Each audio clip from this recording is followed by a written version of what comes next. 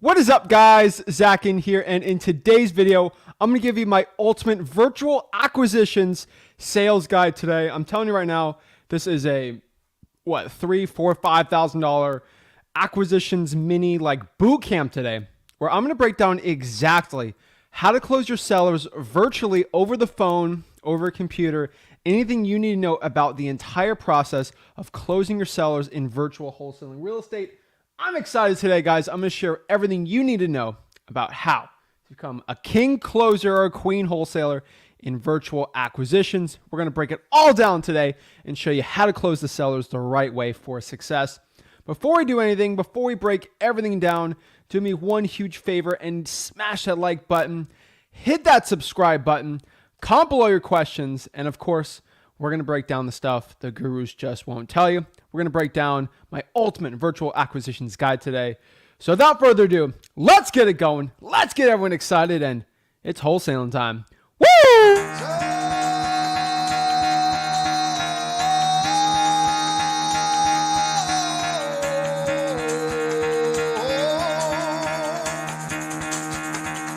Get the fuck out of bed, bitch. Go.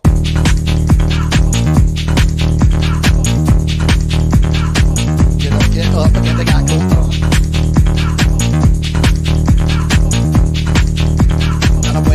Time to wake up, bitch, get up. Get up, get up.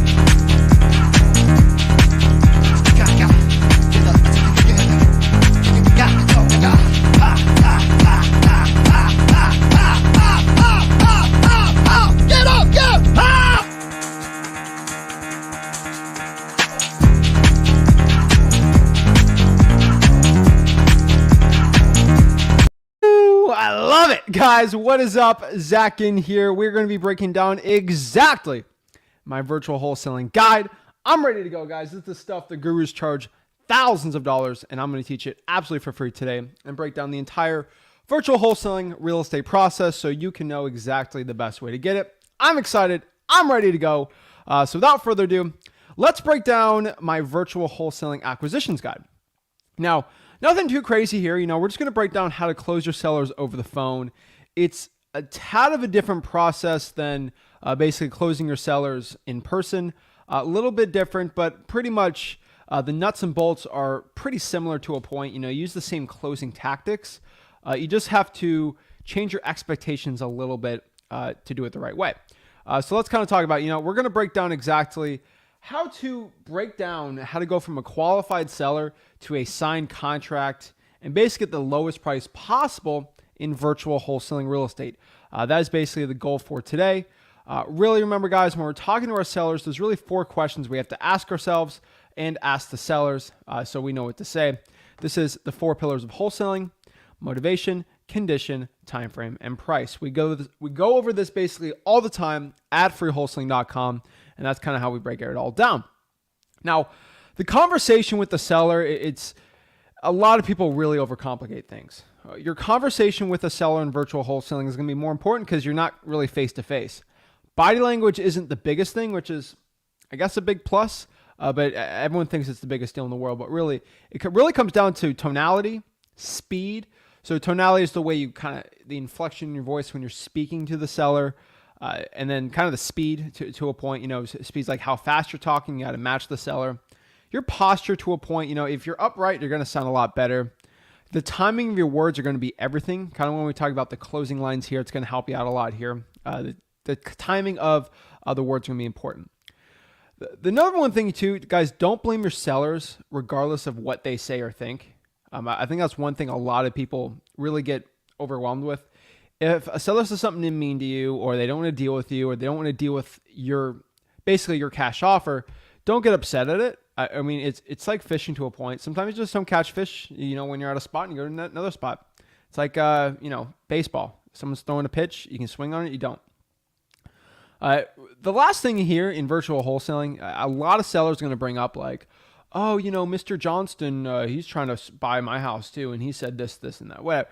Guys, never attack or talk bad about your competition, regardless of what they say. And if your seller's asking, I would never talk bad.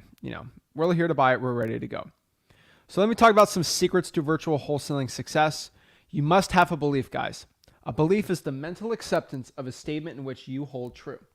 You guys have to believe in yourself, believe that you can actually give a cash offer to the seller, and believe that you and your partner can buy the property cash. When you do not have the belief that you can do this, you will not succeed in this business. You must have a belief in yourself that you can actually get it done and become successful. And most importantly, have a belief that you can actually buy this property for cash. So many people don't have this belief, and it's not good. So belief alone, although it's not enough to be great at sales, there's some other things too. All great salespeople, virtual wholesalers, acquisitions people, they must also have conviction. Conviction is an unwavering confidence in your belief. So your conviction will make up for your deficiencies. You have to have an unwavering confidence in your belief and the way that you can help someone out with you and your cash partner. This will be huge for your success. The person that cares the most about helping their sellers will be the buyer. I think this is one statement a lot of wholesalers out here, they know it, but they don't really implement it. And this is something I feel like a lot of virtual wholesalers, a lot of beginners in wholesaling real estate need to understand. But the more you care about the seller, the better chance you're going to get the deal. And pretty much the person who cares the most is going to help the seller out. If you care about the seller needs, you might offer him more. Might not be the best, biggest, baddest price, but it'll get you the deal. And that's sort of the point here. We want to help the sellers out. We want to help them in this transaction. We want to help them out with everything. But like, if you really look at everything from like a macro perspective, it all comes down to helping the seller with what they want and bringing it all down. That's it. That's really how you break it all down. So the person that cares the most about helping the sellers will be the buyer. That's 101 of the acquisitions. Everyone, a lot of people clicked on this video today thinking it's going to be the super sexy Wolf of Wall Street closing negotiation stuff. It's not, guys. It's not sexy to say this, but it's true. Helping people out, having empathy, and just giving an unwavering belief in yourself that you can help somebody and give a cash offer to them is how you're successful in wholesaling. I don't care what your favorite guru or auntie, uncle got to say about it. The best way to get a deal right now is to find someone who wants to sell a house, provide them a solution of a cash offer, selling it to a cash buyer, rich landlord, house flipper for a huge payday, and just repeat the process. That's how you become successful, guys. That is how you become successful in acquisitions, and that's the best way out here. So let's kind of break these down. So you have to care more about the seller's interest than you do. I feel like that's another problem a lot of people have in wholesaling. They care about their fee, basically how much their money they're going to make over what helps the seller out. I've seen so many people walk away from deals because they want to make an extra 20K when they could have already made 15, 10K and just help the seller out. Always do the right thing too. That's one big thing I can always tell you. Sellers will actually connect with you, with your conviction, while confronting their own beliefs. That's another huge one too. So let's kind of talk about the virtual wholesaling appointment here, okay? So we basically had to agree to do a virtual appointment with the seller. Sometimes that virtual appointment, a lot of people think it's like an in-person appointment. That virtual appointment, it's sometimes a spur-of-the-moment decision to have that appointment or to get it done. You guys see me doing my lives where sometimes I'll just like get into the appointment like right there, just get the deal closed, get the seller price commitment, get a contract ready. One huge thing, like before we get into the closing, everything like that, you have to make sure all decision makers are at the property ready to go. And they're ready to make a decision on a yes or no on selling the house there. What I mean by all the decision makers, you got to make sure that if it's a wife, maybe the husband's there, everyone who actually has to sign the contract is there, or the people that all overall have to make that decision. A lot of people really get worked up on the concept of a virtual appointment. It's really not that complicated to a point. If you can actually go out here and say, hey, Mr. Seller, are you ready to make a yes or no decision on selling the property? Me and my partner are ready to buy it. That's it. Some common objections, when you're getting ready to do this process, like, okay, well, when you go to the house and go look at it with me. And that's when I get all the time. I was getting that kind of yesterday too on my Zillow for Sale by Owners, the live cold calls. And it's like, well, it's not really the way we do it. And you have to explain and bring those expectations up front with the seller if you want to close them virtually. So the way we do it is we actually get the paperwork already done. And then from there, we take pictures, and then we basically have my partner might come by and look at the house, and then we close on it. We just do it to save time, and it makes it a lot more efficient. That's pretty much it.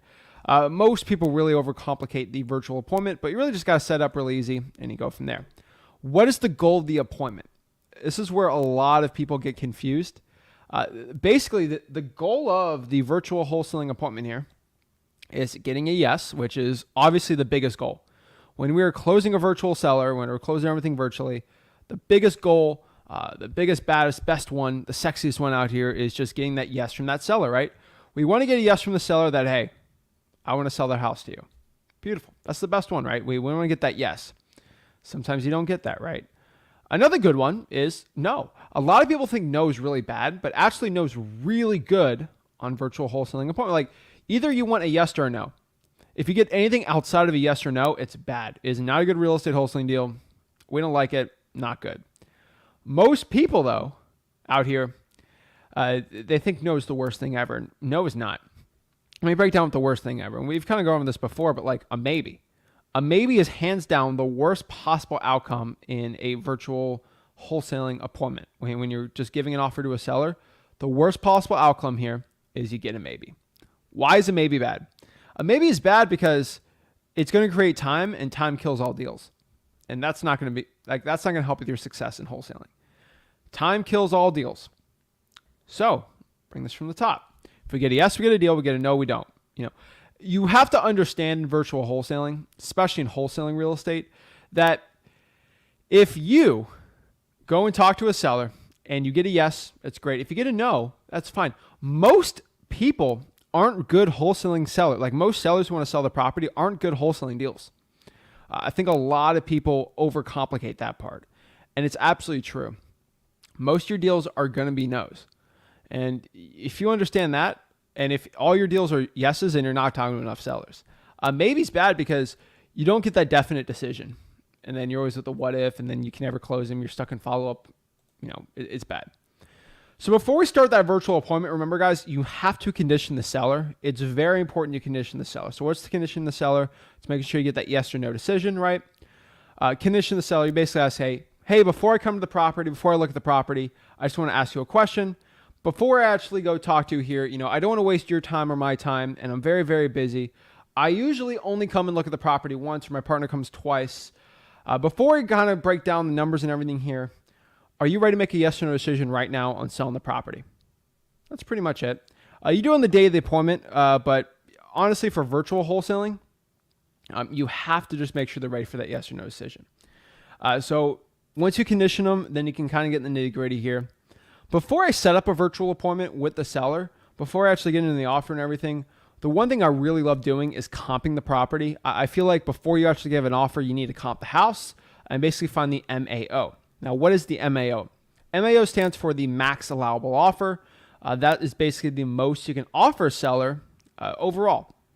So if I know my max allowable offer is $200,000, that means a cash buyer most likely, doing my calculations, will offer me probably around $200,000 for the house.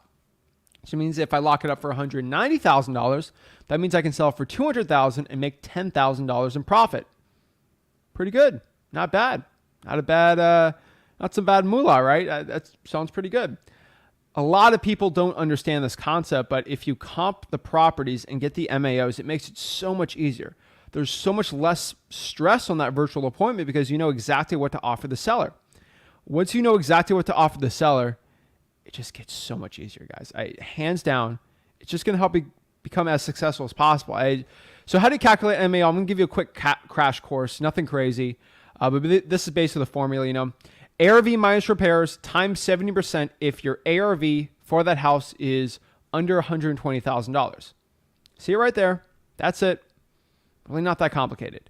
If your ARV is under $120,000, it's ARV minus repairs multiplied by 70%. I don't care what any of your knuckleheads in the comments wants to fight me on this. This is what actually works, okay? That's it. If you don't like it, then run your own business. But this is how I do it. This is how I find a lot of successful wholesalers out here. Most people, they do it the wrong way, and then they always lock it up for over what it's worth, and then they never make a lot of money or their margins really suck. And this is how I came up with this formula, and it works. Now, if your ARV, this is rough stuff too. This is updated to this week, okay? This is what my dispo team, when you're dispoing deals with us, www.flipbook.com/JV. when you're sending us deal, like this is how we're comping it too. ARV minus repairs multiplied by 80% if the ARV is between 120,000 to 240,000. Remember, guys, like this right here, this is stuff you have to pay thousands of dollars to go see this information. Just FYI, this is the stuff. And I'm giving it out for free. So make sure you smash that like button and subscribe. But basically, that's it for that one.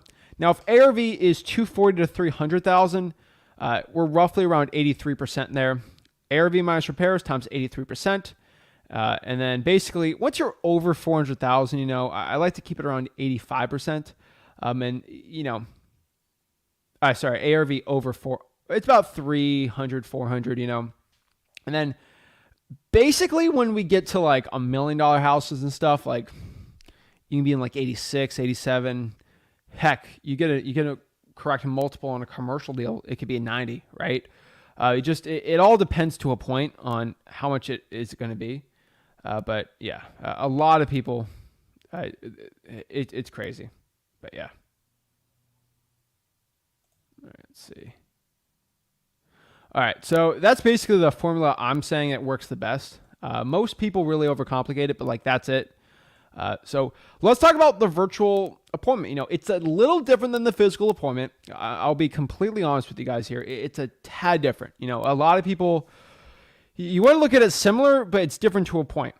I have a lot of so I think one really important thing you guys do is I actually have a lot of recorded conversations in freewholesaling.com and me locking up sellers. Even mailingmastery.com, I actually have things locked up there, virtual wholesaling. I actually have a video under the real deal section or my acquisition section in freewholesaling.com where I literally lock up a $75,000 deal, all virtual. Wasn't even dealing with, like, seriously, it was crazy. And then I lock up these deals all virtually. And it's kind of back in the day when I was doing all the acquisitions myself, but the stuff's tried and true and it still works today. So it's a little different. You know, the best advice I give to a newbie in virtual wholesaling, especially when it comes to their acquisitions, is you want to talk to the seller kind of like you're going to buy a car. And I think a lot of people get very confused the way I talk like that. A lot of people think it's very weird that I say that, but there's a method to my madness. So you want to talk like you're buying a car to a seller because a lot of people get very anxiety ridden when it comes to the acquisitions process, closing a seller, especially virtual. And if you really put the stress out of that, a lot of the overthinking in your head, you're going to do fine. So I know all of my analysis paralysis overthinkers out here. We all love you. We all love you. But I think one thing that can change a lot of the way you guys think is like buying a car. So most wholesalers out here, y'all have bought in cars before, right? Y'all have bought in a car most of the time. Like everyone in like analysis paralysis right now, right? And if you act like you're buying a car, right? What do you do when you buy a car? Hey, I'm looking to buy a car. Okay, well, what are you looking to do with it? I'm maybe driving it. I just want to buy it. Okay. Are you going to buy it cash? Or yeah, I'll buy it cash. Like, it's just when you're buying a car and you're talking to another person, you don't act like you're an auto mechanic who has decades of experience and you're the expert on it. Like, you guys don't act like that. You guys don't talk like that. That's crazy, insane talk, right? Like, y'all don't do that, right? So why would you do that with your seller and act like you're an expert on everything? When I go buy a car, this is a big pet peeve I have with like virtual wholesaling gurus type people. Like they do this all the time. They're like, I need to talk to my financing department in the company. We're a big hedge fund investment firm at blah, blah, blah, blah, blah. Stupid. Okay. Stupid. Bop you on the head for that. Okay. Guys, act like you're just a regular Joe buying a house. You can connect with a seller a lot more doing that. And we can just buy a car to say, hey, I'm looking to buy your car. I'm looking to buy your house. What do? Like, you test drive it a little, you bump it a couple times, a little test drive, like nothing crazy, right? And just, hey, why are you looking to sell the car? Is there something wrong with the car? Like what's going on? It just, so many people overcomplicate it. If you just act like you're buying a car to a point and have a conversation like that, you really don't have to, when you talk really simple with it, it's going to be fine. You have to also explain your intentions too. I think that's one thing that's a tad different than like regular wholesaling real estate, but like explain your intentions, who you are, basically who and your partner are, what you're looking to do, and it'll help you a lot more. So hey, Miss Seller, this is Zach. Me and my partner looking to buy the property cash. Sometimes like even the live calls I got yesterday, it's like, well, I don't know. We could either buy this as a rental, we could either flip the house. I don't know what me and my partner do. Basically, when we kind of look at everything, we make our decision there. Sometimes we just close on it and then we make a decision from there. But if it's a price that works for us and works for you, we're good to go. That's as complicated as you have to make it of who you are. I see so many people saying, this is Zach with Zach Home Solutions and me and my hedge fund partners on the investment firm and we're blah, blah, blah, blah, blah. You guys try to act like y'all are big shots. Come on. Okay. I'm a little different. I can say I own hundreds of rentals and I own a lot of stuff that's giving me passive income and all this real estate, and you all can look me up. Like, I can say that with a seller, but I don't really run acquisitions too much anymore. My acquisitions people can say that because it's technically they work for me, but you guys can't really get that right now, which is fine.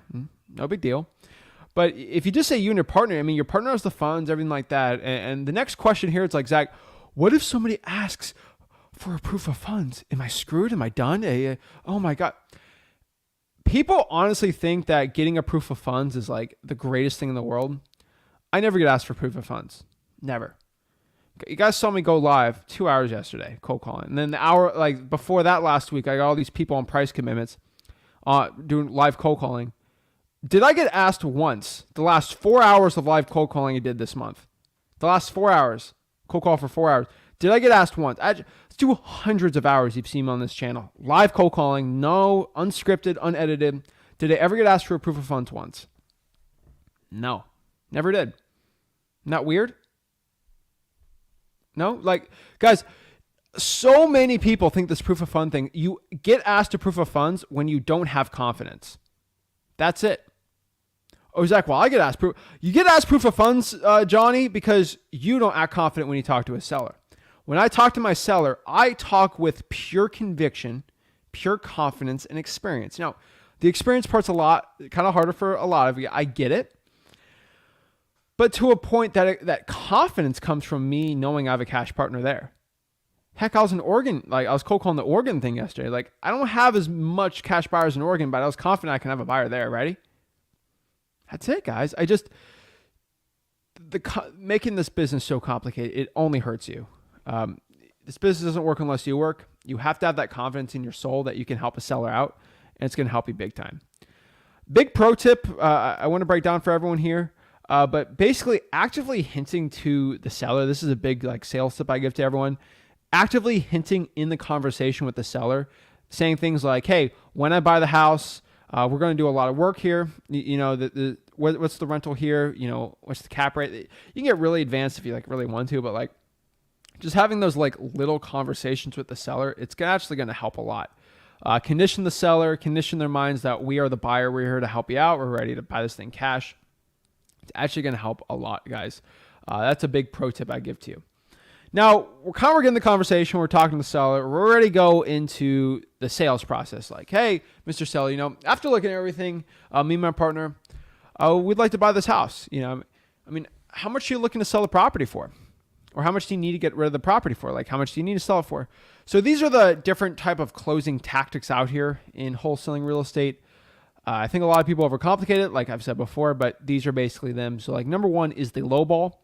The low ball is personally not my favorite one, but it is a strategy that technically could work. Sometimes it works, sometimes it doesn't. A lot of people get burned from this tactic because they don't know what they're doing more or less. But the low ball, you just low ball the seller. Like, hey, let's say the MAO is $200,000. Mr. Seller, would you take $130,000 for the house? No. And then the low ball never works really, because you don't really have a logic with it.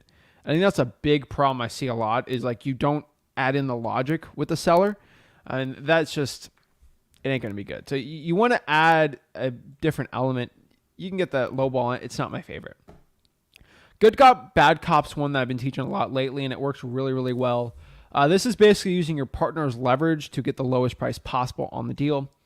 For example, Mr. Seller, I was talking to my partner Rick here, and he was looking at it, and he just texted me here. I think he wants to be around $140,000 on the house. Then you say that? Shut up. Don't say anything else. Guess what happens? You're going to see their reaction to that. And basically, their reaction to that is how you were going to react on it. 140 is a little low, Zach. I didn't offer 140. Hey, I did. That's what he was saying. He's cuckoo. He wants everything low. And then negotiate for what works for you. And then negotiate from there. That one's really good too. You can use like the $1 method too. So this is kind of the next one, the volley method too. So Rick's really good at this. This one works really well too. This is the king of cringe, the king of awkwardness. This is more or less the way to do it the right way. But what do I mean by it? What's the quote unquote volley method here? So the volley method is basically the method when you're talking to a seller and it's like volleyball. You just volley it out. Volley it out. What do you mean by this? Well, let's break down. Let's have a live combo like this.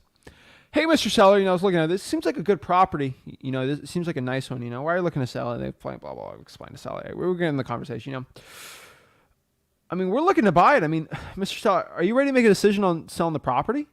Yes. So you can make a decision today on selling it. Okay.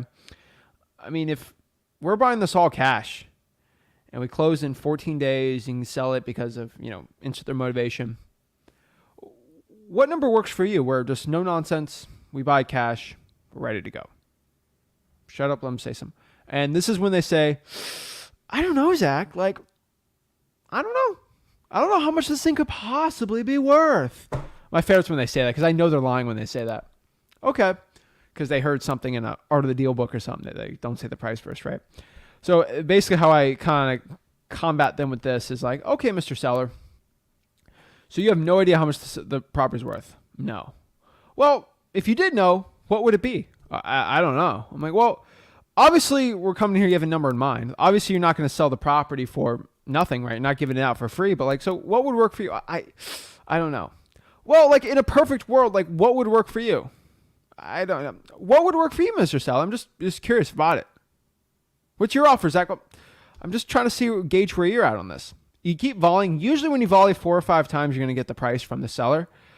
You can also do the other one, like the seller first method, where you just ask the seller what they want to sell first, kind of like I said before, except the seller does give you a price first. You can even use the dollar method. I actually like the dollar method. I think the dollar method actually works really, really well. What is the dollar bill method? You basically ask the seller. These are all different you can't use all of them at once, but you can kind of put them in your repertoire of virtual wholesaling acquisitions. This is Mr. So you have no idea how much you want to sell the house for? No, I have no idea, Zach. Well, you got to do this with a laugh because I've kind of done this before. Some no nonsense people don't like this, but it works for a lot of people. Maybe you have some rapport with Mr. Seller. See, I'm laughing there. Mr. Seller, would you take $1 for the house? And just you see how that little fake laugh? Because obviously I'm a world-class actor, but number 2 here is the reason I'm saying this is because they're not going to sell the house for $1. That's utterly comical. Makes no sense. Why would anyone do that, right? But he's not going to sell it for $1. But technically my offer here was $1, so they got to counter. If they say no, I'm going to sign the contract for $1, which obviously I won't do. But I wouldn't sell for $1. Well, that means you probably, what price? Not $1. Well, $2? No, not $2. $3? $4? What? $10,000? And you keep going up till it's $50,000. Okay, and then they're frustrated, but they just spit out their highest price or their lowest price they're willing to take, and then you kind of negotiate from there. Well, Rick is at 20. Can we meet the middle 30? Handshake, logic, boom, ready to go. A lot of sales kind of comes back in 3 steps. This is one thing. This is kind of scientific sales type method. I think the dollar bill method, of course, dollar bill, y'all, Wu-Tang, cream, cash rolls, everything around me. But obviously I throw on the Wu-Tang shirt for the dollar bill method. Hopefully everyone can catch my drift on that one. I think some of the people know what I'm talking about. But what I can tell you with this method is all right. Let's pull the curtains down. Let's get serious here. You're talking to me one-on-one right now. Let me tell you something right now that costs thousands of dollars to learn that you won't even get at these huge guru bootcamp seminars I just give for free. No one in wholesaling ever talks about this when it comes to acquisitions. This is something I always tell my team. And this is the 3 stages of selling, especially in wholesaling real estate. There's 3 stages. I'm talking one-on-one. This is the stuff no one else talks about. Guru's going to steal this, but I don't care. There's 3 stages to selling. I read a lot of sales books. This is it. There's 3 stages to selling scientifically, psychologically, in human beings' brains. This is a quick tip that's made me thousands and thousands and thousands of dollars. The way you're selling your seller in virtual wholesaling can be completely wrong. There's 3 ways to sell a deal. Three stages. Number 1 is logic. Number 2 is fear. Number 1's emotion. Number 2 is logic. Number 3 is fear. That is the method of selling a virtual wholesaling deal.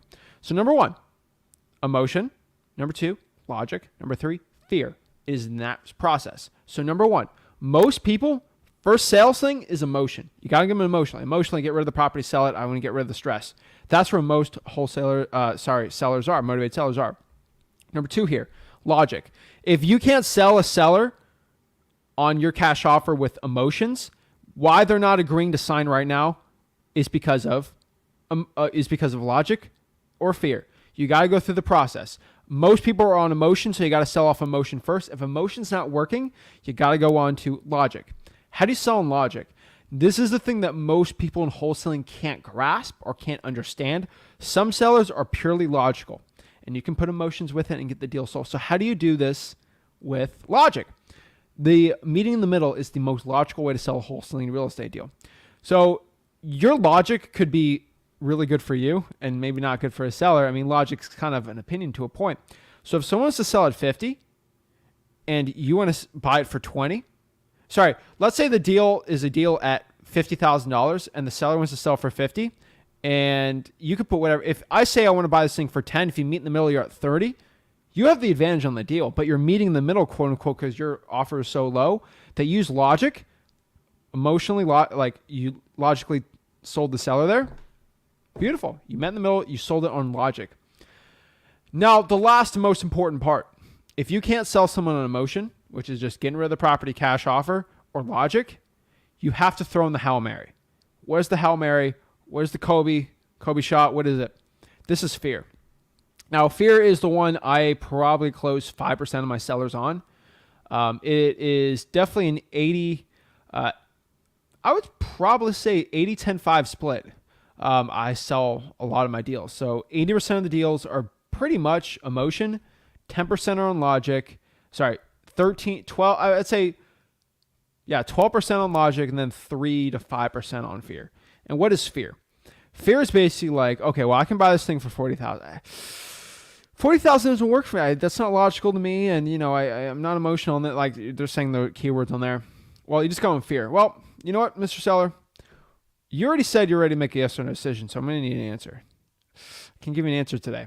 This is really when that fear comes in. Like, okay, well, me and my partner we're gonna call some other people about buying houses. We only have, I'd say, $400,000 to buy and renovate a property, and I'm looking to buy this thing for $250,000. I gotta put my renovation. It's gonna cost me a lot of money. I'm gonna give you this offer.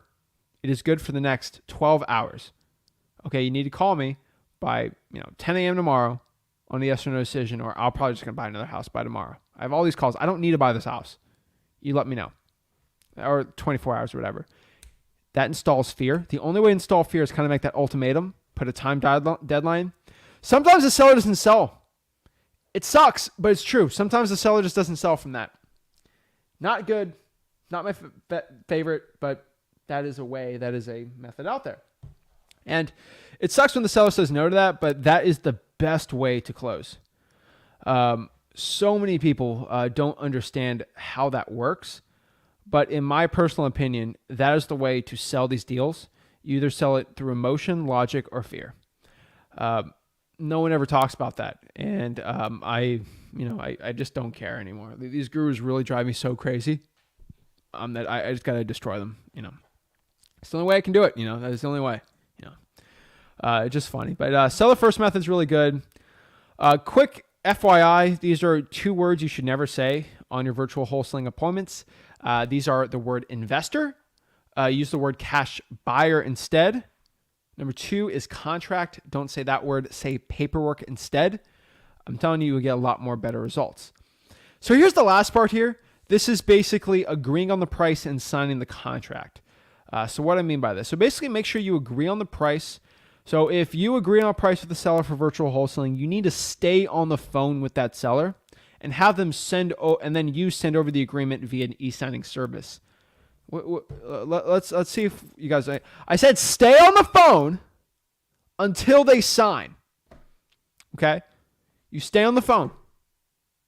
You do not get off that phone until they sign that contract. What is the number one issue I have in virtual wholesaling when people give me complaints? They say something bad in the group, in the mastermind group. That a lot of the complaints I get. Oh, I sent the contract and I never got it signed. Of course, dummy. If you give somebody a contract and they just read, they're just going to read it. They're going to overcomplicate it and they're going to have objections. Once somebody has an objection when they're reading that contract and you're not present, that unheard objection, that undone objection is going to be the biggest thing that's going to kill the deal. If there is an objection and you don't answer it, that deal is dead. And when someone's reading a contract by themselves and they have a question of what's an inspection period, this person's trying to screw me because no one's over doing their inspection period or no one's like answering that, overcoming that objection. Deal's dead. That's why a lot of deals die when you just send the contract over and you don't stay on the phone. That's why you need to stay on the phone with your sellers. Stay on the phone until they sign. Another big thing about that is like if you stay on the phone until they sign, they're kind of like annoyed. So one analogy I gotta tell you on this is like being a kid. So remember you're like 10 or 11 years old and you were in your room and you had a really messy room. I think most kids 10 or 11 had really messy rooms, right? What would you do if your mom came up to you during dinner or whatever and she said, Zach, you need to clean your room? I'll be like, okay. What are you going to do as a 10, 11-year-old kid? Just one out one ear, out the other, right? And you're not going to clean the room, right? Like, because you heard at dinner, it's nighttime, hang out with my friends, maybe playing Fortnite. I don't know what the kids do now. But you're going to do that, right? Now, what are you going to do instead? If you're eating dinner, you're going playing your video games in your room, and your mom goes in the room, and she says, you need to clean up your room right now. Okay, that's a little more, and then she leaves. You might do it a little, but like you're not going to you might procrastinate and 50-50 at 10, 11. I think the parents who have 10, 11-year-olds understand that's how kids are most of the time, even me when I was 10, right? But if my mom came in, she said, you need to clean up your room right now or I'm not leaving. And now it's awkward. She brings in a chair. She's like, you're not leaving until, I'm not leaving this room until you're out. And like your friends are on the game and you want to play your video. I'm like, shoot, I want to eat dinner. I want to get out of here. If your mom's just staying in the room, this is awkward. Okay, I'm just cleaning the room to get you out of here. Same thing with the seller on the phone. If you stay on the phone, it's like, I got to get this guy off the phone. This is annoying. I got Pilates at 7:00. Guess what? You're going to just sign the contract so you don't have to deal with the guy on the phone breathing down your neck talking to you, right? And I think that's an interesting analogy, but it's the truest analogy for virtual wholesaling acquisitions. That is going to be the best way out here. I think a lot of people, they get stressed out over it. And they can answer the objections. It works really, really well. I think another thing you have to do also is you have to explain the process with the seller once they sign. So they got to sign the contract. Once they sign the contract, you have to bring over expectations with the seller and kind of the process so they understand what's going on. So what is this? So explain the entire process going forward with the seller once they sign the e-signing thing, .loop, DocuSign, wherever, of how you and your partner might swing by the property. Definitely at least one of you are going to, for one more time, to look at the house. I promise you, Mr. Seller, it won't change the agreement. We're just going to look it over and maybe plan a renovation, see what we're going to do with a rental, flip, anything like that. And we're going to do it one more the day of the closing just to confirm the condition. Going forward, we're going to explain that process again. You and your partner. Here's a quick list of the process. Once you get a deal under contract for virtual wholesaling, this is what you're going to tell the seller, right? You and your partner are going to swing by the property one more time. Won't change anything on the property. We're going to look it over and plan our renovations. Number 2, somebody will come by and take pictures of the property. Probably my photographer. He just wants to go take pictures, make it all pretty. So if we're going to get renovations, I can give the pictures to them so they don't bother you, right? Last but not least, this is just for the seller. This doesn't even help anything, but this just makes the seller more at ease. We're going to send the information over to the title company. We're going to grab it and we're going to give it to them as soon as possible. Just to understand, the title company is going to be calling you, asking you questions, information. You can call them too if you want. They're going to ask you things. This gets the seller excited, right? They're going to ask you some bank account information. So they want to know where they can send it, check, wire, anything. They want to just figure out how to get you paid. That's what the seller really cares about. So when you ask that you're going to come by and look at the house, that gets them upset. But if you kind of explain that we got to get your information to know how you get paid, they love it. They get excited, right? So it kind of, neutralizes that to a point. It's really fun. So that's basically it. That's my virtual acquisition sales system, more or less, of how I close these deals. I think if you just go out here and have a simple conversation and you try to help a seller out and you kind of say these lines the right way, you're gonna be successful. So many people overcomplicate this. If you just do that, you'll be good. So guys, that is my sales type system today. Let me know if you got any value from this. Let me know if make sure you bring the $3,000 credit card to Guru Industries for me on that one. But yeah, I'm excited. So let me see any specific questions on this, and we might be able to start getting the one-on-ones. And yeah, what's up, guys? Hopefully everyone's doing a good thing. Having a great day today.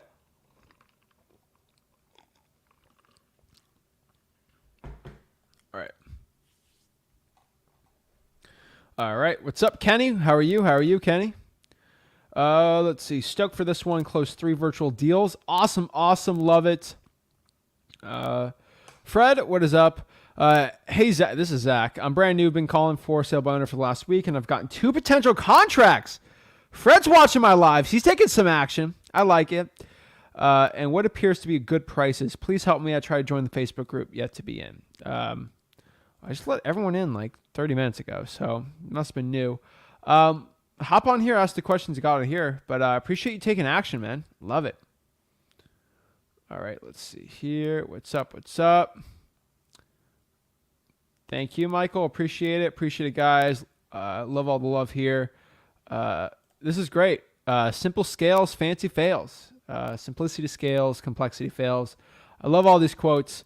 What time? Usually it starts at like 5:05. I think we're a couple minutes late today, just trying to get all the stuff in order today. But yeah, what's up? Let's see. Wu-Tang, love it. Jesus, we are not live right now. This is all recorded, just FYI. No, we're live, guys. What's up, guys? Let's see other questions we got here. Hey, Michael, what's up? The W. Love it.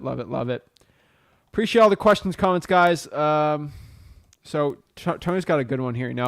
So after signing the contract, I get the photographer to take the picture, find a cash buyer, then the cash buyer also views the property. Yes.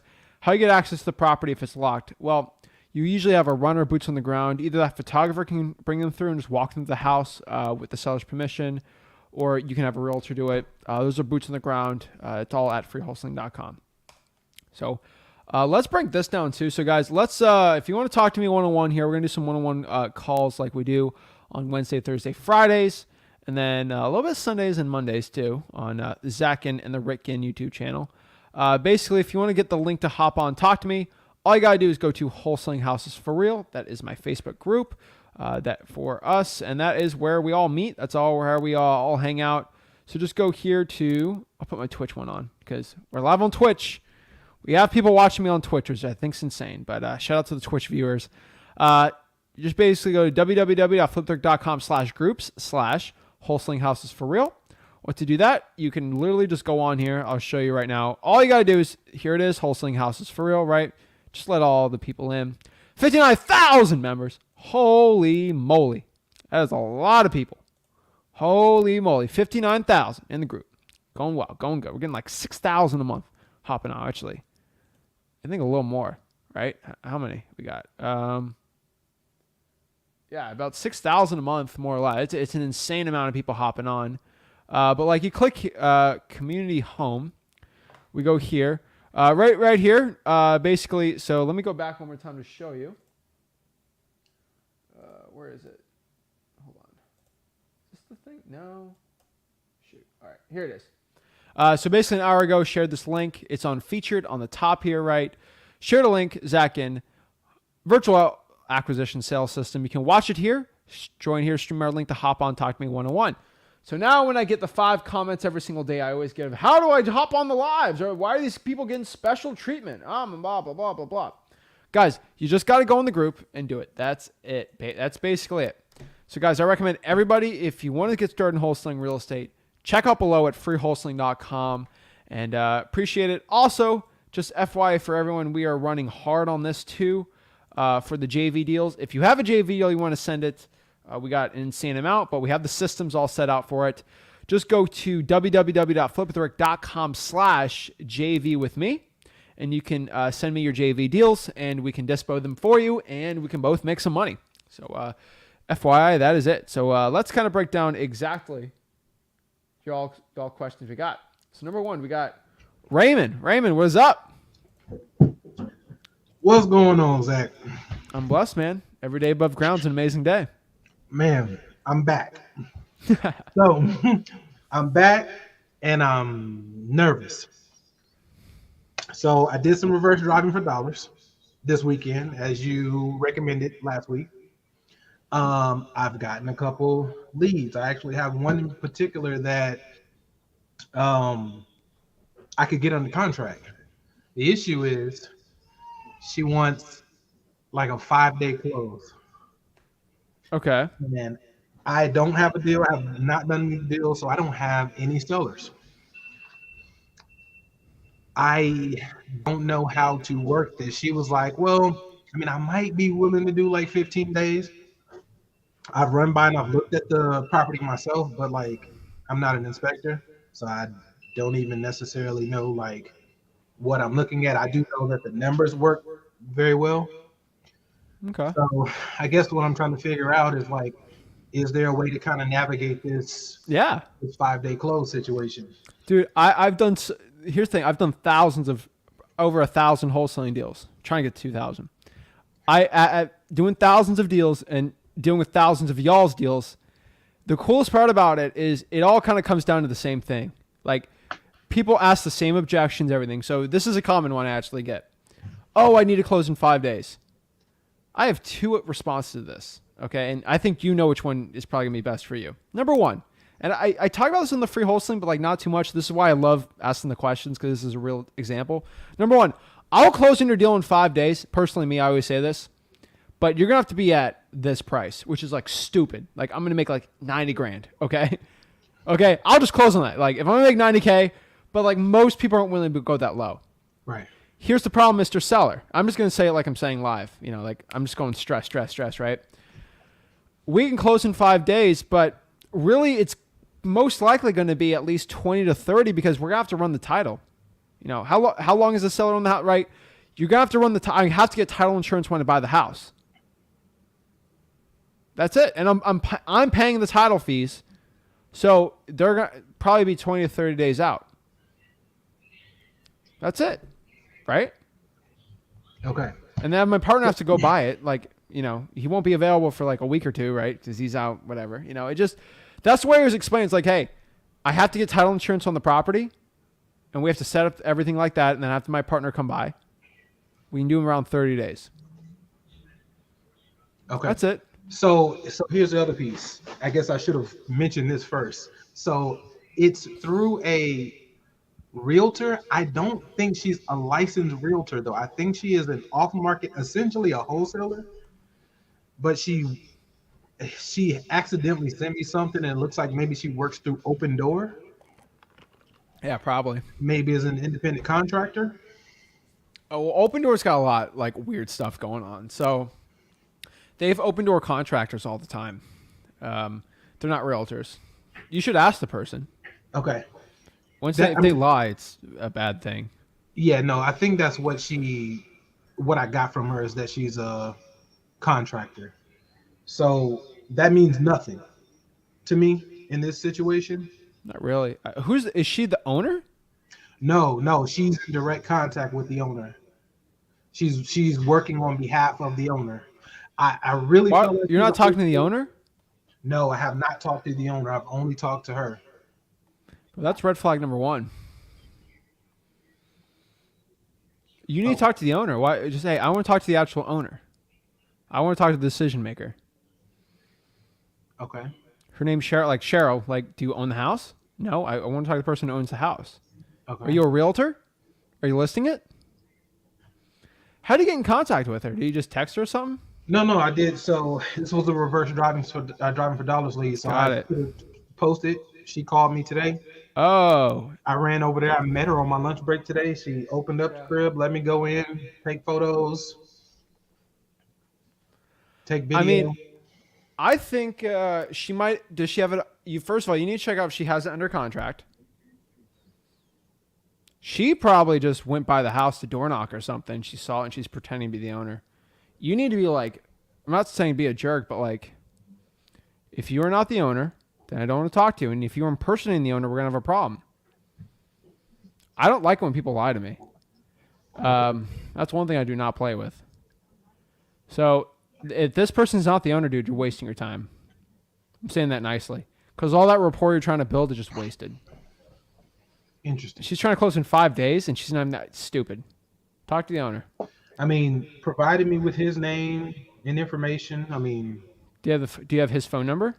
no. All right. Well, what we're going to do is we're going to skip trace it, and we're going to try to call after this conversation's over. And Okay. you're going to try to call the owner. Okay. All right. All right. That's it. Cool. Good stuff, though. You're taking action, man. I love it. We're gonna get this deal done. Why are you saying you're nervous, though? Just because, like, I'm so new and all the information like started running through my head 100 miles an hour. Like once something was put on the table that was actually like Raymond, felt realistic, you know. how old's your baby? He is 14 months. How scared are you when you knew you're going to be a dad? I was super afraid, but excited. But guess what? No one knows when they start, like, right? Right. You just got to, like, you're a dad. And guess what? Like, it seems like you're a pretty good dad. You know, sometimes you got to figure out by just doing it, right? Yeah. Same thing. I'm not a dad, FYI, but like, you know, right? You just got to do it, man. And that's the truth. Okay. As far as I tried to log into Flip with Rick. I'm sorry, not Flip with Rick. We're free wholesaling. Is there something going on with the website right now? No. No. Interesting. All right. Just make a login and then just click the login on it. So what's the problem with it? So when I plug in my login information, Yeah. okay, hold on. Let me plug it in right now. So log in now. All right. And log into account. And then it takes me to this place and it says click funnels, learning platform, log into your That's account. not it. So let me give you the link right here. Hold on. Oh, you have the private chat? Yeah. Just click that one. I'll try to log in too.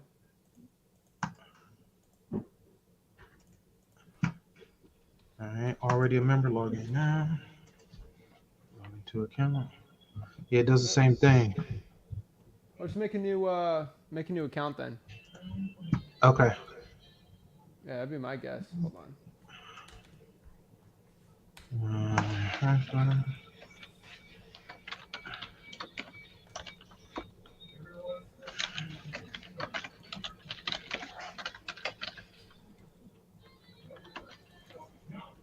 try it again. I'll try to make a fake account. Done. All right. Log in.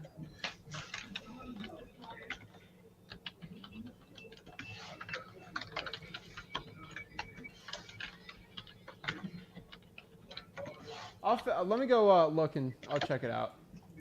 Okay. Yeah, I'll talk to my guys on there. But yeah, just try it and try to log in again. All right. No worries. No worries. I appreciate it. Yes, sir. Appreciate you. I'll message All you. right. Have a good one. You too. Boom. Yeah. Let me know if the free wholesaling is working. Usually clear cache, it usually works. But yeah. All right. Raphael, what is up? Hello there. Hey, how's it going? Good, good. Thank you. I'm just new to the issue. I'm just seeing what's up. I'm a real estate agent, and I'm just starting off in real estate, so I getting a little difficult for me on there, and I started to research about wholesaling, and I really love it. So I found you, and I'm just checking out. Awesome. What market are you in? I'm in California. I'm in LA. Okay. Cool, man. What questions you got? How can I help you out? I actually, I was thinking like when you get the contract signed with the seller, how do you find the investor So, Raphael, I would recommend you go to freewholesaling.com. Yeah. That's my free wholesaling course, Okay. and that will kind of show you it to a point. Cool. There's a lot of ways. There's calling the four rents. You can technically like go on a prop stream or something like that and actually buy and get a list. Go on Facebook groups. There's multiple ways to do it. Cool. Okay. Appreciate it. No worries. I'll get back to you. All right. Any more questions? That's it for now. I All appreciate right. it. No worries. Appreciate it. Let me know, guys, if you can log into freewholesaling.com. I'll go check it out too, but I think it's working. It only has a thing on like, it was weird yesterday because I tried putting fake ones and they didn't work, but I made like fake ones on, I made real fake ones. Like I went to Gmail, made an account, and it worked too. So it's working for Diane. So just make sure it's working for you guys out here. I'll go see if it's working, but Hope's saying it's working. So we'll try to help Raymond out on that one. If it's not working on Raymond, I can give him another link to help him log on. But yeah, we'll be good to go on that one. So, alrighty, let's go to the next one here. We got Rebecca. Rebecca, how are you? Hey, Zach. I'm doing good. Sorry. No worries. How are you doing? How can I help you out? Good. So, just a question. I've had like 2 or 3 contracts. They've fallen through, but I'm not giving up. I had a land contract that the guy wanted like 80,000 for the land. And I talked to a couple different investors, and they're not wanting to pay that amount. And it's in Houston. Do you know what a good land value is there, like per square foot that I should be going off of? Nope. No. Okay. No. Everywhere in Houston's different. Okay. It's a You're gonna good have to market. reverse wholesale. Reverse. All right. Yeah, you're gonna have to talk to a cash buyer on that one. That's what I did, and I think I've got a number that he's wanting. I just got to convince the guy to go down a little bit more. So that's my work That's cut it. out for me. That's it. Most of the time, that's the answer. You know, it's usually the price is too high to a point of why cash buyers not wanting to buy it, Yeah, and I especially understand. Houston. Yeah, building a house on top of that, and then I have to consider all that. Yeah. I have another question for you. Yesterday, I really wanted to say thanks for going live with the calling the FSBOs because I've been doing that. I've been getting lots of rejections, but it gives me motivation to see that it's not just me. No, I get the no's, but you've seen on a couple of last like 4-1s. Like I get some good leads on there too. Yeah. I did hear you say, should I be calling also like for the rental ones as well? The rentals. Mm-hmm. For cash buyers, yes, not Just for for cash buyers, sellers. okay. Yeah. Okay, then I can do that as well. Kind of going going to spread my wings a little more than Houston area. Going to try looking different since I'm virtual. I can do Okay. everywhere.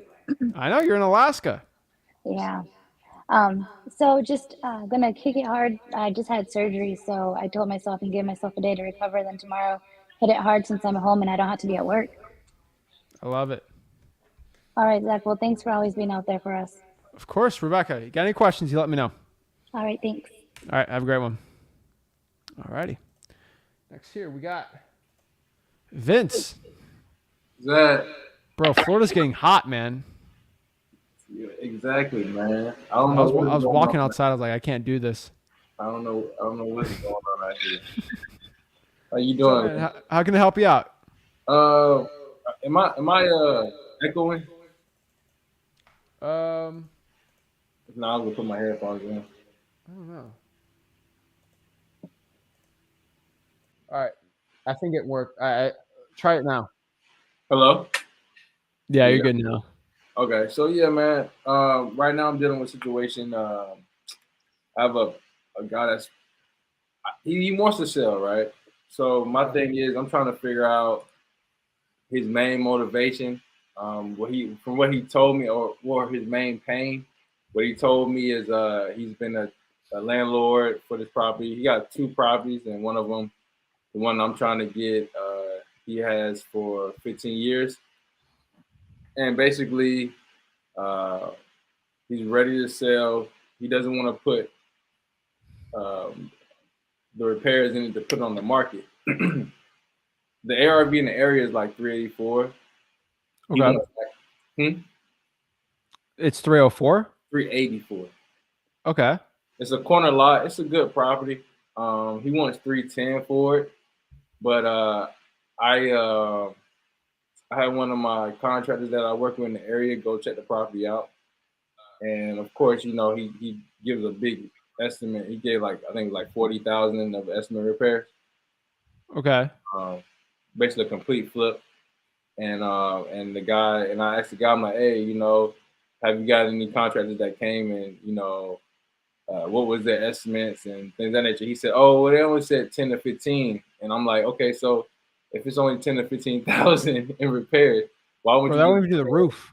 That why do would you, why would you just go ahead and put the work in and put it back on the market and just sell it? And he's like, oh well, it's going to get done somehow soon. He keeps going. I'm like, I mean, and then he keeps saying, oh, I'm not distressed. I'm not in this distressed situation, so I don't want a low ball offer. And I'm like, well, no one's trying to lowball you. I'm just trying to figure out your situation. Like every time I try to get like rapport build, it's like he Yeah. brings this wall up. Oh wait, I know where this is going, and I'm just like, bro, like you want to sell a house or what's going like? So I'm trying to figure out from you like how would you attack this situation? Um, how would you get this guy to like logically realize, Well, Vince, you remember you're watching the video, right? You're watching it live. right? What are the 3 stages Yeah, that you emotion, commit? yeah, Emotion logic, and and fear, right? right? So how do you do everything logically? The number game. The number game, meet in the middle, right? That's that in my opinion, that's the best way to find a logic, right? Mm. Because the second way is you get the property appraised and then you buy it for that price, which won't work, right? Mm. So right, hey, I was talking to my partner Zach. This is Vince. He was looking at it. He was probably around 260,000. He told me. Mm. So I'm shutting up. I'm waiting to see what your reaction to that is. And then, hey, if he blows up, because he might. Hey, Zach's crazy. He always tries to buy everything for super cheap. He's cuckoo, right? Where are you at? Oh, I'm at 300. Let's meet in the middle. Okay. Right? I guess for the emotional people, I always love to see. Like, I always love to do the close. Like, hey, let's cut to the chase. I'm not a sales type person. I'm just looking to buy the house. What works for you? No nonsense. Mm. If I buy it, it works. If I buy it, it doesn't. Those logic people are like weird, like because we're in Florida, right? A lot of New Yorkers here, like they're all like that. So I'm really used to it where I'm at. Mm. I mean, where I'm at, the Mets have their minor league teams. Like all the New Yorkers, they love moving here. So I'm used to it, man. Those sellers are to a point. You just got to use the number. It's all the numbers game with them. Yeah, there's no rapport build. There is some rapport, but it's just a lot harder. Well, I know the guy. I know he's getting people that's talking to him. So like he's picking up when I text him, call him. So I'm like, it's the reason he's dealing with me, and I'm like, hey. So at the end of the day, I know he's gotta have some kind of motivation. And my thing is, he won't give me a straight up answer. Just say I don't have the money to repair the house. He like if you did, you would have done it already. You wouldn't even dealt with me in the first place. And Yeah. that's my biggest thing is he won't accept that. He just I just wait a couple months and I'll figure it out. I'm like, well, in a couple months the whole market could change. And so yeah. So like I said, I'll definitely keep posting, man. I hope that works. That'd be great. But like I said, I do have my estimate report. I could give them the rundown and show them like, hey, we gotta fix this. Like I went through the property today and yeah, so let's see how it goes. That's right. Do you know a price he's looking to sell it at? What I would want to sell at? Oh, him. Yeah, he said 310, remember? Let's do the math here. I mean, what did you calculate the MAO to be? For him, 290. Yeah. Well, after repairs around like 290, 280. Yeah, I have 290. I have 292, and I was just trying to be generous on it. Mhm. If you're at 292, he's at 310. So let's kind of do the math together here. Let's say you make 10K on this. So 282, you're making 10K, right? So 292 plus 270 divided by 2. So if you're at 281, which could make you 10K, Mm. you would have to be at 270, which unfortunately is about 40K off of what he's at right now, which is it's a steep hill to climb, bro. It's a steep hill. I ain't gonna lie to you. Okay, that's a steep hill. Usually the sellers at like 300, and then like I try to bring it down. And you're gonna have to try the 270. I feel like 270 is the only way it works. I mean, honestly, I would not. It's a tough one, man. I would say go in person and just close it. You know. But that's the thing, Zach. He stays in New Smyrna. The property's in Seminole County. Oh, like, he's in New Smyrna. Okay. Yeah, he's like, oh, well, you know, because how I got in the house was like he gave me the code or whatever. And I'm like, yeah, let me know when you'll come by the house. And it's funny though, I know he has been by the house or somebody been because one of my door hangers is inside the house. So I know he buddy though. Yeah, but that's what I'm saying. He doesn't want to like that's kind of like wall he's building up. Or I'm never there. You know, like you know what I'm saying. Like he don't. I don't want to even be around that property type deal. I'm like, then why you just want to sell it? He's like, you know, like I mean, of course he's want to sell it, but like just work with me if you're trying to get this done. That's what I'm. I mean, there's two plays here, right? You just lock it up for the lowest you possibly can, and you bring 50 cash buyers to the house. So you have the lockbox. Right. Unfortunately, he's gonna be rude, but you do have it's pretty good, man, because you can bring. I mean, you've sold some deals, right? Like you can just bring some cash buyers you've already dealt with, and they can give you a price. You could do this too, if you really want. Like you can bring a cash buyer that you really trust and know, probably ones you've already sold deals to. Mm-hmm. Walk through the house, give you a price. You know, Vince, I can buy this thing for $295. Mm-hmm. All right, now so negotiate, right? Right. Personally, me, I don't care what a cash buyer tells me. I'm just going to lock it up for the lowest price I possibly can. If it's 285, it's 280, 270, heck, 250. That's how I'm going to figure it out. That's real. So that's what I do. That's what I was thinking, like 280. See if I can get them there and be like, hey. I knew a tighter deal if I have the access to a lockbox. That helps so much. I usually get an extra 10% because I get extra buyers on there. Yeah. You play the game. If a seller's living in the house, you only have like two to three like walkthroughs. People just come in the house. You have 20, right? Mm-hmm. The only person that's going to complain is the neighbor. That's real. And just to piggyback on what you said about I actually lost a deal, man, like a couple of weeks ago. Well, I lost 2 deals, and it was solely because it hurt me. It hurt my heart, man. I lost like it was at least 25K. The first deal, I was on the phone with the lady, and her mom was in the back. So obviously the lady needed her mom for confinance. It was a property that her grandmother gave her, and just for the people that when he's saying that don't get off the phone with the seller, you know, I was trying to lowball her, and then I came up a little bit, and I got to a number that worked for everybody. She verbally said, "Oh, that works." Her mom said that works. Where I messed up at is I hung the phone up. She called her fiance. Her fiance told her this, that, and the third, and then the deal didn't go through.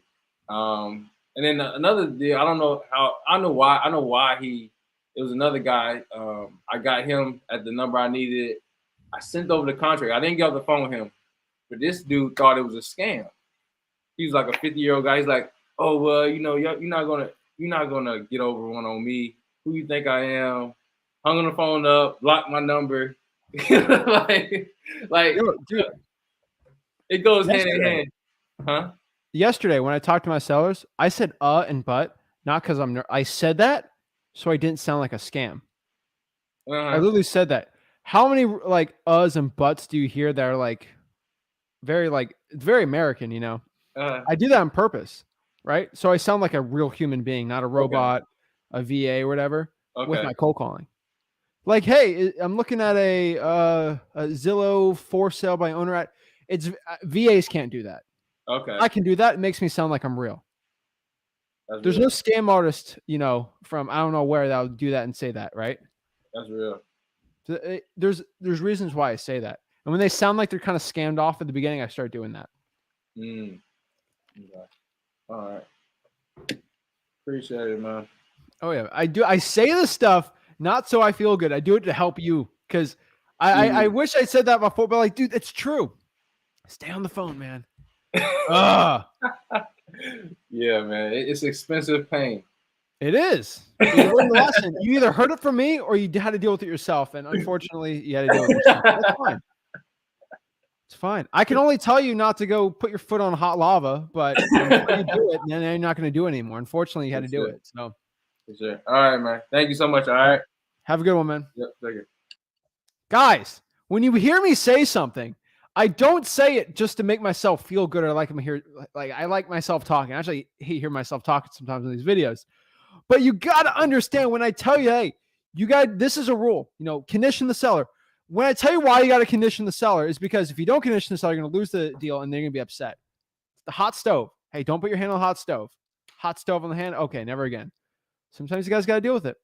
Drives me crazy, but I think that's one thing you got to understand. But yeah, I do put in the uhs and buts strategically. So it depends. Like when I get in like the selling, I don't do that at all. But like in the beginning, you're going to hear me say that on some of the live cold calls because Zillow 4 sub owners think I'm kind of a scam. VAs can't do that. And I did it. Like I said before, one thing I want to understand, guys, is like when I say before that it's your tonality and the way you say the words. It's very important when I was starting out. So yeah. Justice. Oh, what's up, Zach? Hey, thanks for taking my call. Awesome. Not too much. How about you? I was actually, yeah. I saw you on the one-on-ones backstage at the gym. Oh, what do you work out today? Sick. All right. So hey, let me just run you through. So I've been doing this for about a week or so now. Okay. And I got pretty far on this house. So far as to send the seller contracts and to get it. So yeah, I'm having trouble with the seller basically, which this live stream that you did helped a lot, answered a lot of my questions that I had. I guess the main question I have right now is I'm using the contract that you have on your website, and I sent it to him to sign, and he came back at me and told me that he didn't want any inspection contingencies, which, I mean, I watched your video. You said that having that in there can avoid a lawsuit and stuff like that. And basically what I said to him. Yeah, that's a line you can't cross. Yeah, okay, that's kind of what I thought. Like that's why I said I just got off the phone with him a little while ago. I told him, I mean, that's just kind of the basic wholesaling contract. He's trying to come at me saying he's got all these people calling him. I know he doesn't. And like he's trying to really rush me and stuff. Just trying to kind of push me into a deal that I feel like it's common sense as I'm talking it out, but yeah, he's just kind of trying to push me into that.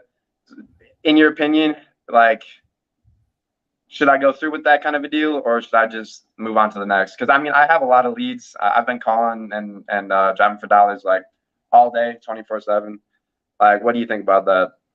This is easy. So the inspection period is one of the easiest ones to get over. You're just new, so like you don't know how to overcome it. It's fine. Like once you figure it out, you don't forget it. The inspection period, more or less, is so you can get out of the contract for anything really. I like to keep the inspection period 30 to 45 days because I don't want to inspect it one day and then there's a hurricane on the house and then I'm stuck behind the ugly looking house, right? And it's ruined. It's very important you do that. So like, where do you live? Where are you doing your wholesaling from? Cream City, Milwaukee. So like I live here. So I've been just trying to start local. I've been reaching out in Madison and Janesville, just because I have family out there that can work with me and stuff like that. Primarily Milwaukee. Okay. I mean, sometimes if I'm not too familiar with it, but like in Milwaukee, sometimes if you don't like, I don't know, if there's too much snow on the roof and you don't deal with it, sometimes the roof gets severely damaged, right? Oh yeah. You can explain that like, hey, like during the winter, if I put a property under contract and you don't take care of the roof and the roof just caves in from the heavy snow, I'm gonna have to buy that house with that same price and now I'm screwed. I put these inspection periods because I don't know. I'm not responsible for the house between the day I buy it. So of course I have to have an inspection period in between there. That's always an excuse. I'm in Florida, so I say hurricanes. You know, a hurricane can hit 30 days and change everything. Same thing, more or less. That's the one thing I always say for that though. You're in a great market, man. Yeah, he is absolutely not budging. He doesn't want any inspection period whatsoever. So Okay. like, I mean, if Let's start with the realtor. okay, No realtor will even do that either. No buyers, Okay. even when you put a property under contract, they actually need inspection periods to go assess the property. Mm-hmm. And so that's which it. leads me into another question. So, damn. Oh yeah. So would you consider a person the seller? The reason the dude was trying to sell his house is because he's trying to put an offer in on another house. Would you consider that a motivated seller or no? Yeah, I've actually done Yeah. big deals like that too. Okay. I didn't consider it until I started doing like $60,000 deals, and that was the only reason.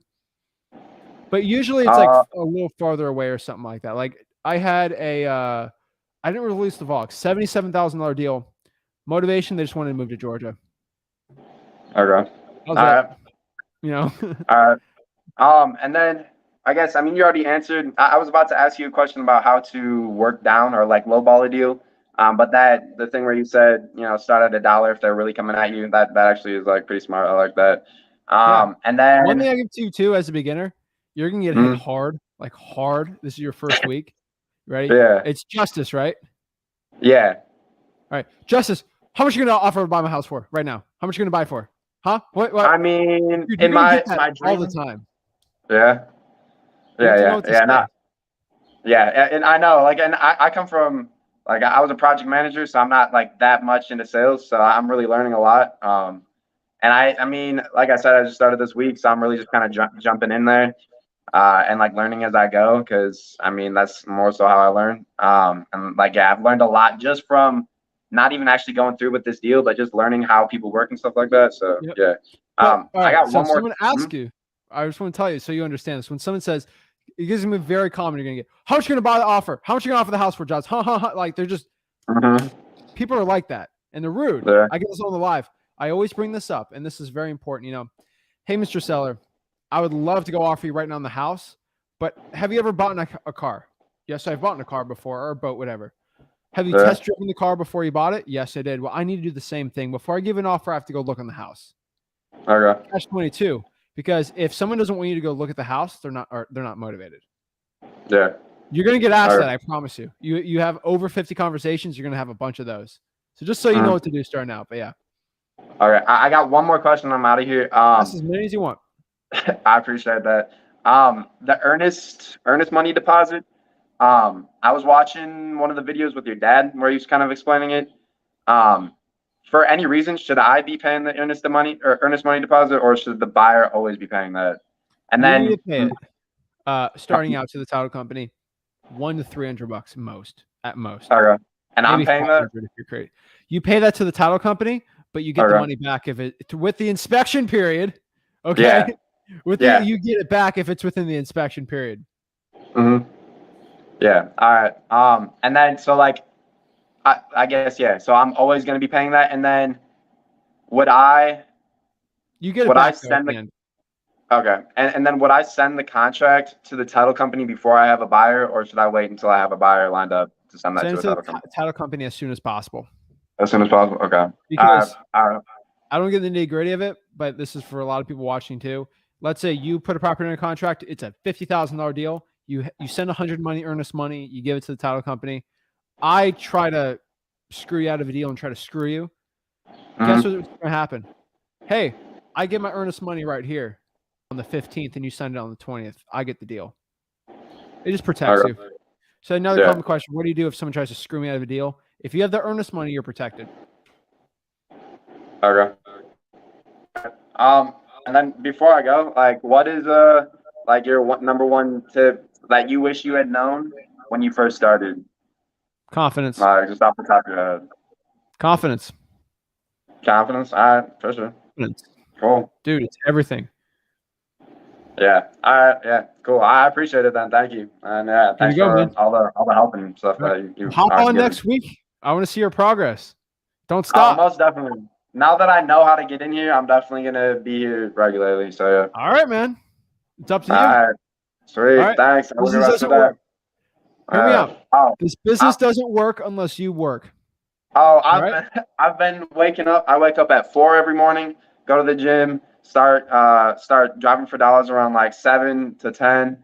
I like it. Like take like a little break, and then I just start calling for the rest of the day. So yeah, All right. I've been grinding. Love it, man. All right, sweet. Thanks. Get up. Peace out. Boom. I love it. Y'all don't have to get up at 4 a.m. to be successful in wholesaling, but every guru tells you that. But 4 a.m. doesn't hurt. I mean, Anna, what is up? Hey, we're getting like broken down here in California. We're Uh-oh. getting upset because I can't find any deals. We've been Okay. pulling the lists, we've been calling, and the prices that people want here is like, Yeah. should we try virtual or should we stick to our Northern California area? Your So personal Northern California opinion. is a very tough market. I would probably do 50-50. That'd be my best opinion.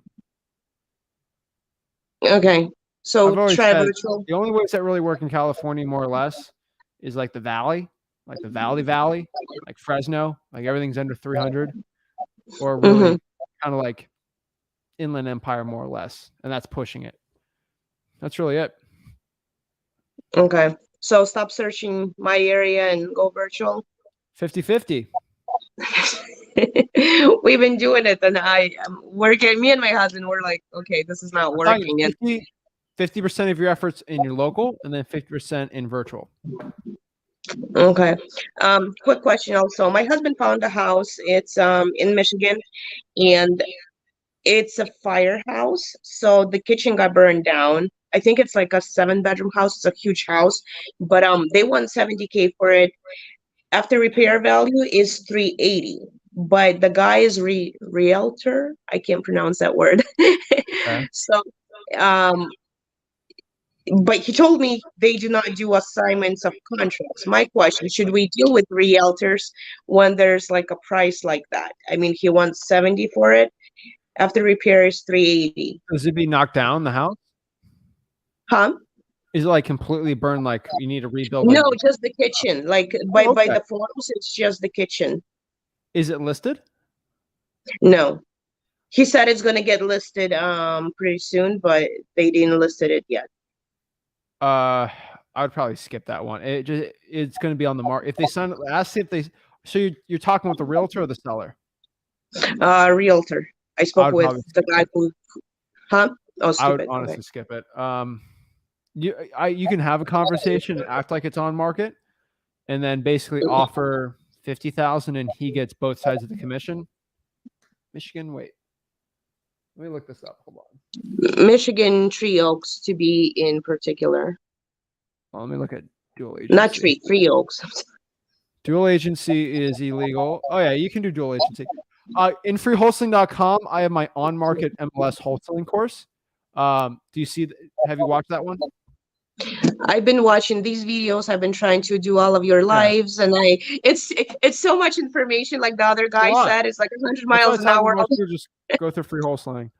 What I can tell you is watch that one video. It's like an hour or two of like the whole MLS wholesaling course, and then that's what you have to offer. The MLS one?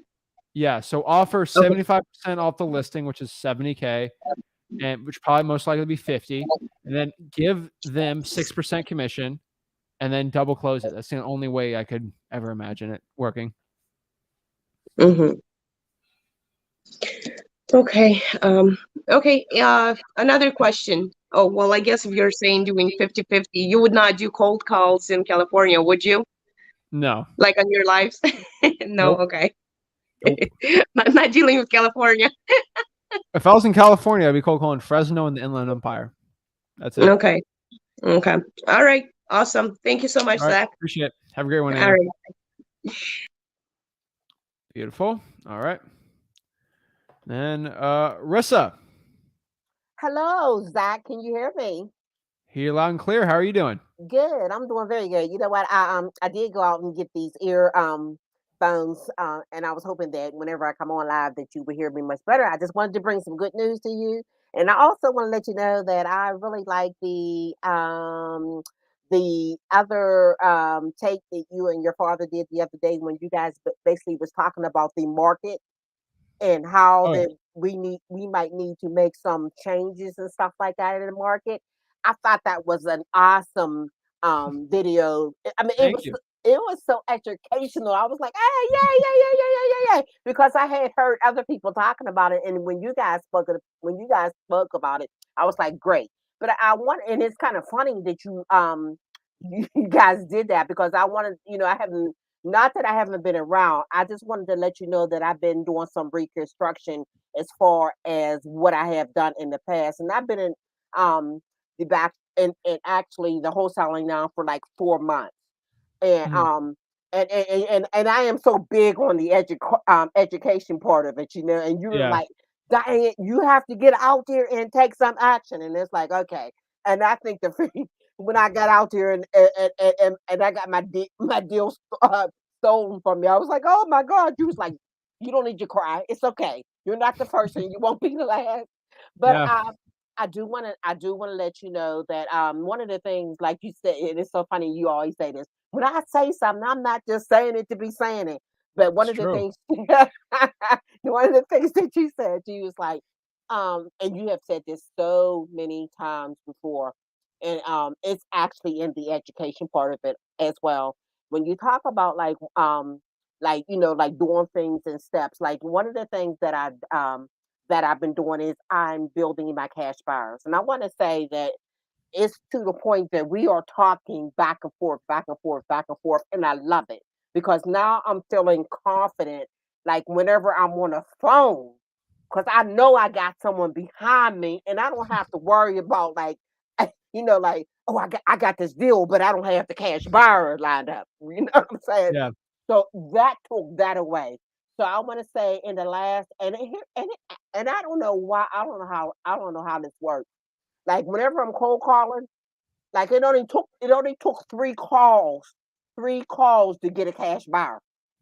Three Oh yeah. calls, and I was like, I'm off the phone already. What am I gonna do now? And I was sitting there saying, well, Di, you got two cash buyers, but I remember you saying this that you were saying, and here's the thing too.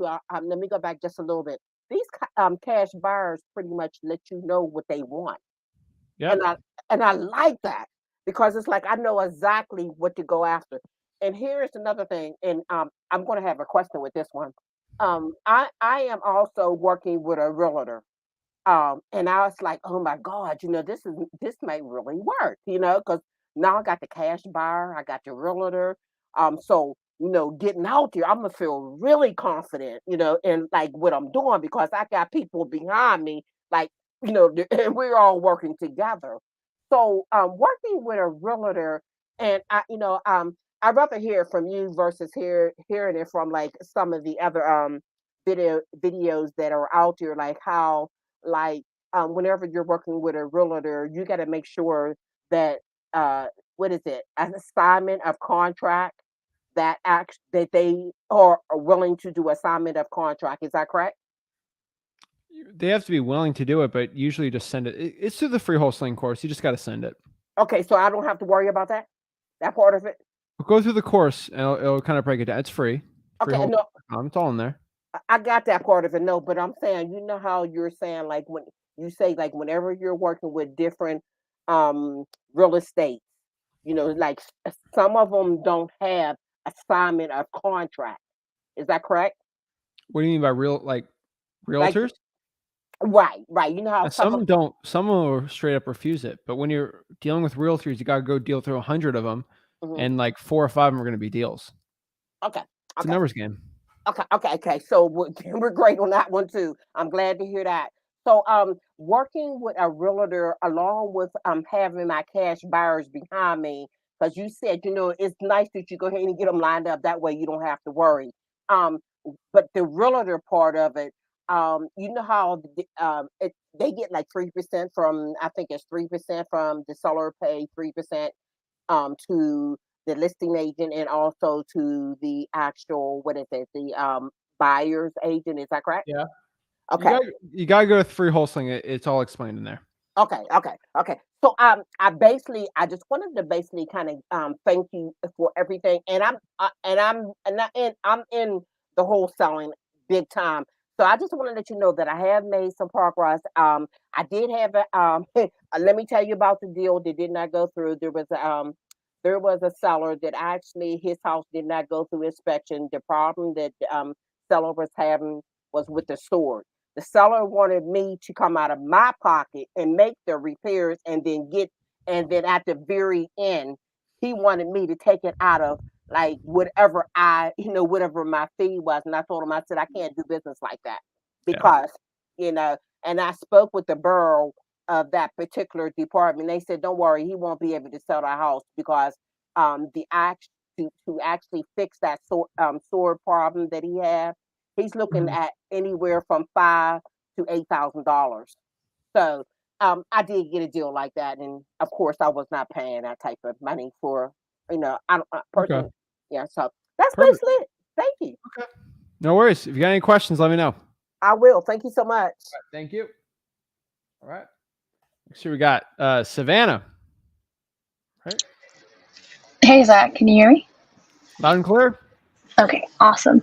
So I have been following you and your dad for like the last 2 months, and I have like 10 leads. I'm doing virtual wholesaling, and I'm finding myself like pulling back because of the after repair value. I'm kind of struggling with like if they say they have 3 bedrooms, 2 bathrooms, but if I look on Realtor or Zillow, it'll show 2 bedrooms, 1.5 bathrooms, and then just finding the comparables for those kind of properties. And then, I don't want to offer them too much and get into all that deal. And then, I don't know, for some reason, I'm worried about finding like a boots on the ground person to, check it out beforehand. Like, what are your opinions on that? That's easy. So if you just want to verify 100% the info in a house, just go to the property appraiser. Okay. The property only way. appraiser's website. Only way. Perfect. Props that can county? be wrong. Yeah, Zillow can be wrong. Property appraiser is like 99% always right. Okay. Because PropStream and Zillow, they pull it from one place, the property appraiser, most of the time. Yeah, Or I the have tax bill. PropStream, and then I notice like there's a conflicting thing, and I'll get those. I fixed it in '99. It's been like that, or I bought it like that, and it'll show. And like, no, it's 4 bedrooms, 2 bath, but the property records show like 3 bedrooms, 2 bathrooms. Because all of a seller tells me it's 1,500 square feet, but they include a patio, or they include like the garage in the square footage. Like stupid. Like that's why you just got. There's 2 ways to do boots on the ground. Either you pay for it or you partner with somebody, and paying is a lot cheaper. So the amount of people that you pay $50 to take pictures of a house with an iPhone is very high. There's a lot of people wanting to do that. So that's really easy. That and what do you recommend? Like just Facebook groups? Jobs group on Facebook. So if you're doing Indiana, the Indiana, 4 jobs group. I need someone to take pictures of a property, $50. All I need is an iPhone. Got it. Jobs on Facebook. There's a lot of broke people with really nice phones. So and then the property appraiser is usually for that county, right? Specifically? Yes, it'd be for that county. They're called tax assessors. Like they're different names everywhere, but yeah. Okay, I think that's the only thing that's like mentally in my head. I have everything else that table attorney. I know, and I just gotta get out of my head and make sure I just want to, make the right offer so I can land that cash buyer, so I can get. Well, I don't want to waste that time of You're overthinking over offering. Remember, you don't even know what a cash buyer is willing to pay unless you get under contract. I always just get usually the lowest the seller's willing to take, and then I bid out with a cash buyer. 90% of the time. I roughly know where I got to be at, but like I don't stress over it. And for those discrepancies of like, there's a 4 bedrooms, 2 bathroom, but I'm going by I'm just going to go by the tax assessor's info, correct? Tax assessor's info. Or you're telling me it's 5 bedrooms, Sally, because this happened before. Yes, I'm telling you right now. Okay, well, we're going to lock it up for this price or put it under contract. If my guy comes out to take pictures and he finds 4 bedrooms, we're going to have a problem. No, we won't. Okay. That's it. Okay, perfect. That was my only question. Right. Appreciate it, Savannah. Let me know if you got any questions. Thank you. Bye. Fred. Hi. You're muted. I think your audio's not working. You're good. Don't stress out. We got you. All right. All right, it's not working. What I'm going to do is I'm going to kick you out. You come back in, and it should work. Usually always what helps. All right, so I'm going to kick him out. He's going to hop back in, and we're going to talk to him from there. All right, let's see some questions you got here. So we're going to ask, Zach, how do I do this call? Wholesaling House Referral Facebook group. It's on the top on the featured section, and that's usually always the way on there. Corby, the land course is under the modules for land at freewholesaling.com. So that is the way to do it. All right, is this better? Go to settings. There should be like a settings, and then go to audio, and then mic.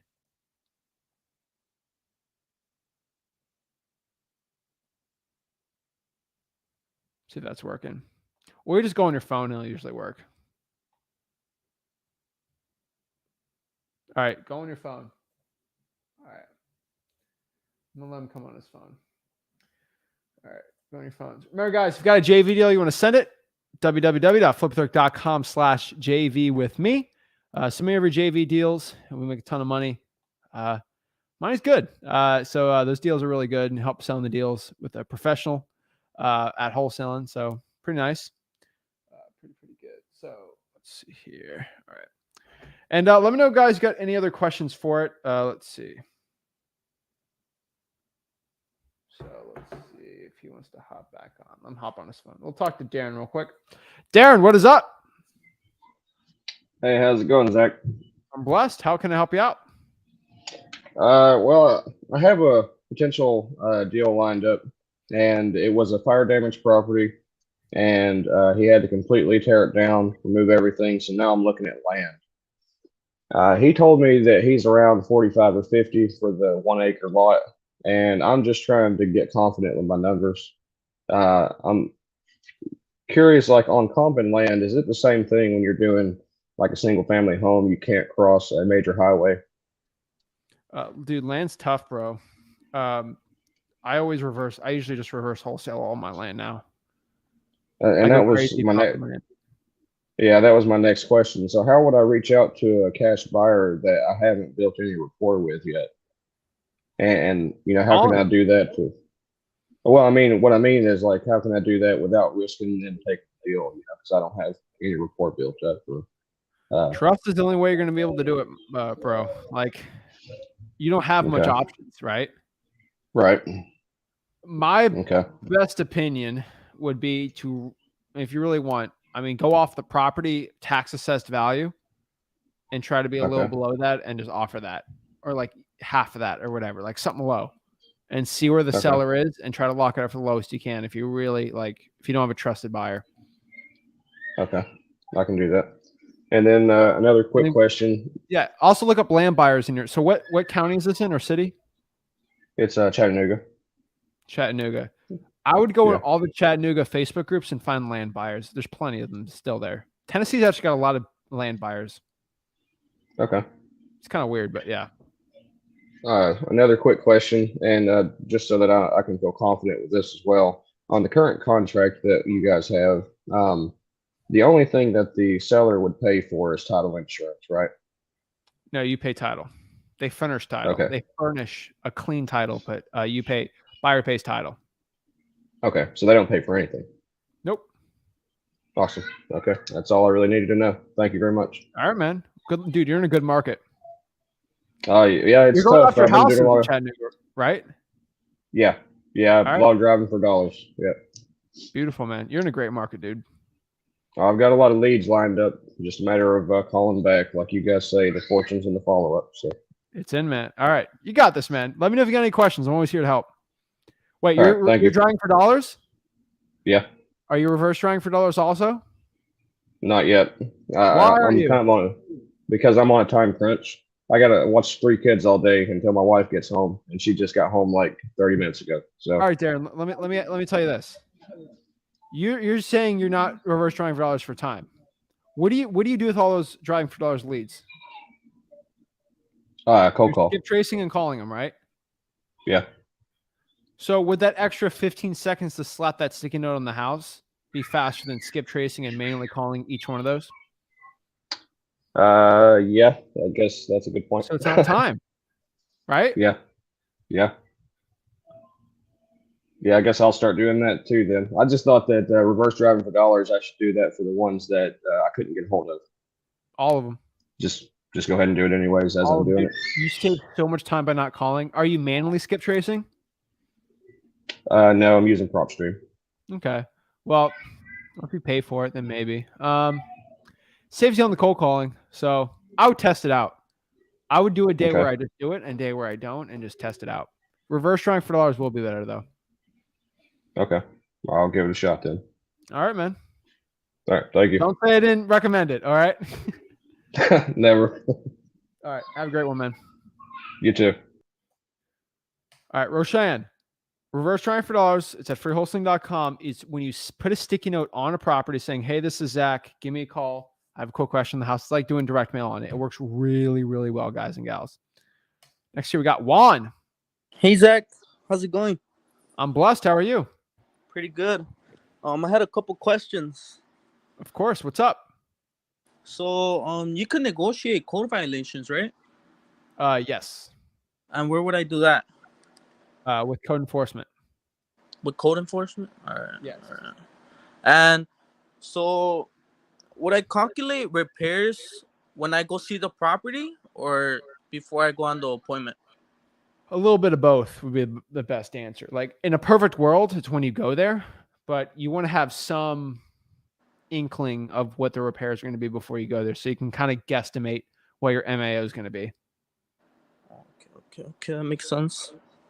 And then when I do reverse driving for dollars, should I write my Google Voice number? Yeah. Yeah, right. Yep. Cause I'm in Chicago and I'm gonna go do that in Milwaukee, like an hour away from here. Yep. Perfect. Yeah, that's all my questions. Thank you, Dude. You got it, man. Let me know if you got any help. You need any help with anything. All right. All right. Fred. Zach, how you doing? Can you hear me? You're working now. I'm working. Zach, you wouldn't believe it, but I actually just had to take the link and type it in character for character because I couldn't get onto my Facebook, honestly, on my phone. But I'm so pleased to be on the line right. to you. How you Awesome. doing, all right? I'm blessed, dude. Right, How can I help you out? So, Zach, very quickly, all right? I know that you're very busy. So, very quickly, been on the phone for the last week. Heard your dad say something. He said, fall forward. That's exactly what I've been trying to do. Just jumping on the phone to the for sale by owner, old listings. Just wanted to find out, I've got two potential contracts. First question is, there is a property. It's not in great shape, but it comes as a package deal with 3 lots of land. I just wanted to know very briefly, in your opinion, when you start to have, those additions to it, does it make it more complicated or does it make it more attractive? Are they all next to each other? They are the first 2 with the house. So the house, the property, and 2 lots together, one space in the middle, and then the third. Is it all under one deed or are they have separate deeds? I believe it's separate deeds. Okay. When it's separate deeds on like a bigger house, I do one deal at a time. Okay. All right. So if I mean, I don't know if that's the deciding factor. They wouldn't want to release it on their own. I know that they definitely want to at least sell the first 2 together, so the property and the one next to it. If you want to do it all together, you can. It just depends because you said how many, is it 2 houses or 1 house is on the 3? One house and the 2 lots are together where one house is. Then there's a space in the middle, like a pie shape, and then the next. Yeah, one. I like just doing the house. That's my opinion. That's where the money is really at between you and me. Yeah. I would prefer doing the house because your cash buyers either probably going to flip it or rent it out, and you can't really much rent if it's got extra land. Like that's cool, but like it doesn't make it any better, right? And then for flipping it, like you're not flipping. The money's in the flip, and the land you're not flipping. So I would try just do the house. You can do all together, but they're going to want more value for it. So that's the way I look at it. All right. The next thing is the other contract that I've got. I haven't. Well, I say I've got.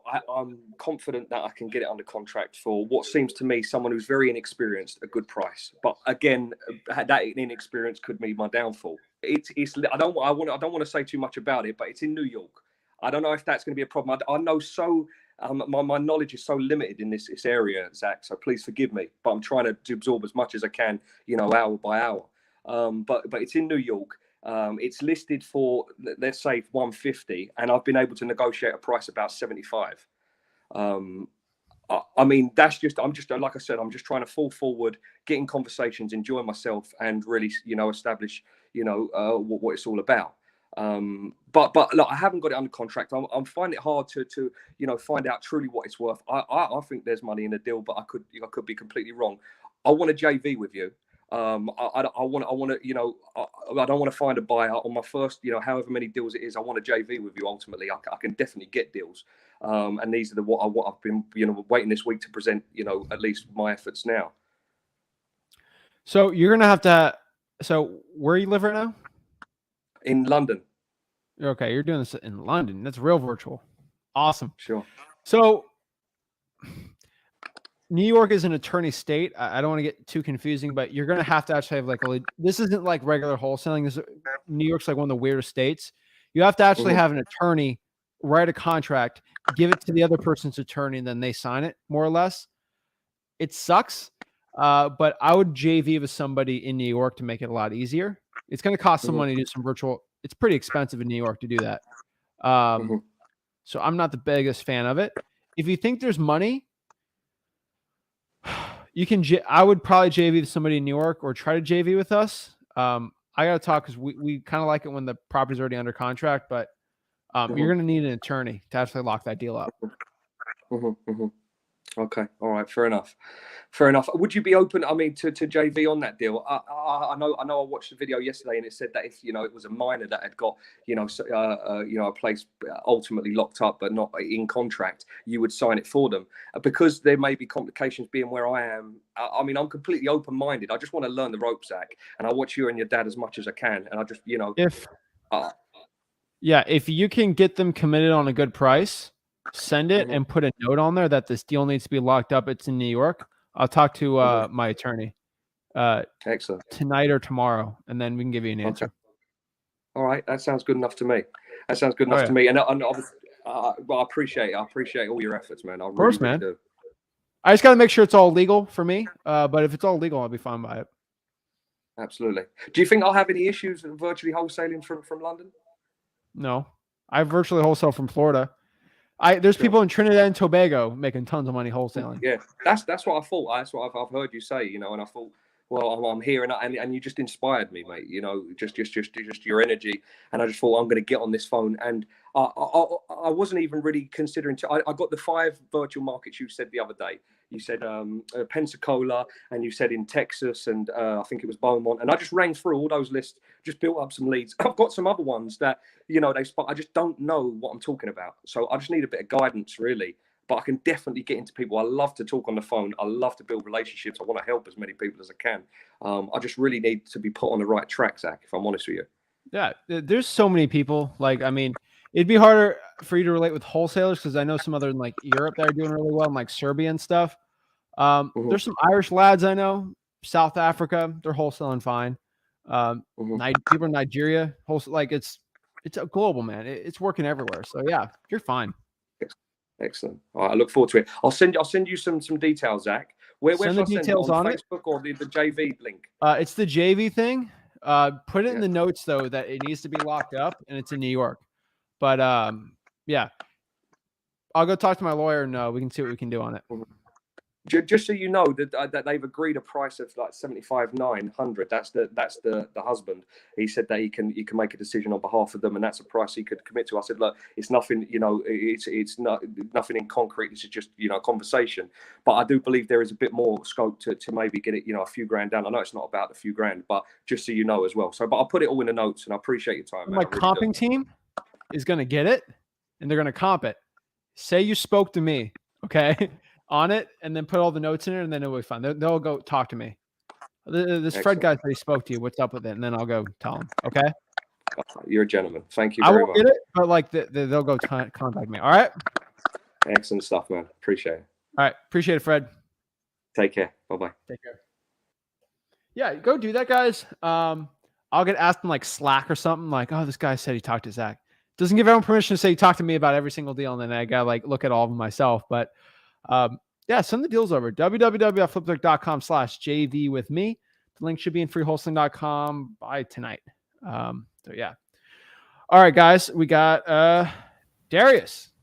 Yo, Flip, Rick, What's up? Zach, what's happening, man? I'm good. So I got 3 questions. So for the life of me, like, I got 3 answers.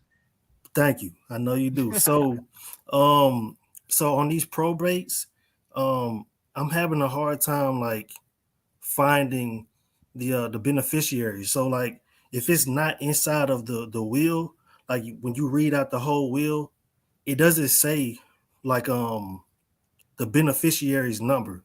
You know how the address, I can't skip trace the address. So I have 0 clue as to how to reach, the beneficiary or the heir. Do you So have that's what county? I'm in Dallas. Dallas. Okay. And so the personal representative and the heir's information isn't on there. No. No, it's not on there. Okay. So is this public records or are you going in person? It's public record. Okay. It's all available on the website. Are you doing it virtually? No, I'm here in Dallas. Okay. I would honestly tell you should go to the clerk of the court and just ask them. There's either 2 reasons. Either you're not finding it and something stupid that like, oh, click this button. They know. Okay. Okay. And just ask them politely, be nice and sweet. And they could probably point it out. This has happened. I can't find something online and I've had experience and I call them. They're like, oh, I'm like, okay. Cause I'm not used to the system. That's the first thing you should do. Second thing, we have emergency solutions, right? Number 1, we can go through the public dockets. Wait a minute. You said public dockets. Okay. No, you need to write down the first thing. Go to the clerk of the court and ask. No, I'm gonna remember that. But now that's number 1. Number 2, you can go to the public dockets and look at the probates there, because that will definitely have it on there. So where is that at? Where's the public? Is it Dallas County? Yeah. Yeah. Dallas County dockets. Probate court, Dallas County. Oh my gosh, you got 3 probate courts. Okay.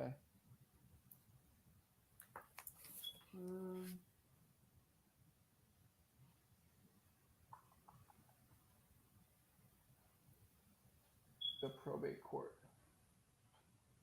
All right. So, do you have? You can see my screen, right? Yeah. So I just looked this up. This is probate court number 1. Okay. Yeah, that's it. So do you see? You know this website, right? Yeah. Yeah. All right. So I went to courts and I searched. The probate court. So there's probate court 1, 2, and 3, which makes no sense to me, but whatever. Okay. So we got Brenda Thomas out here. Cool. So you can join the live stream. We can watch some real stuff, which is just great. But right here it says docket information. You see that? Yeah. All right. So we're going to click docket information. And then these are the daily docket of probates. So let's go. Hold on. Let's make this bigger. Hold on. And so we got, holy moly. I forgot how big Dallas is. These are a lot of probates, man. So this is it. Probate court daily docket. So we can see here, it's like Robert T. Allen. You're going to have to look up the case number and then search the case number and then see if the PR pops up. So I'm going to copy this link here and then go. I'm going to have to go to the public records, right? Yeah. I think services. Services. And then online record search. It's on that second row all the way at the bottom. Yeah, right there. And then civil records. Yeah, right. Yeah, that one. All right, hold on. I'm popping it up. Oh. Search hearings. Where is it? Search tabs. No, hold on. Let me go back. Smart search. Enter a record number. All right. I'm popping it up. Okay.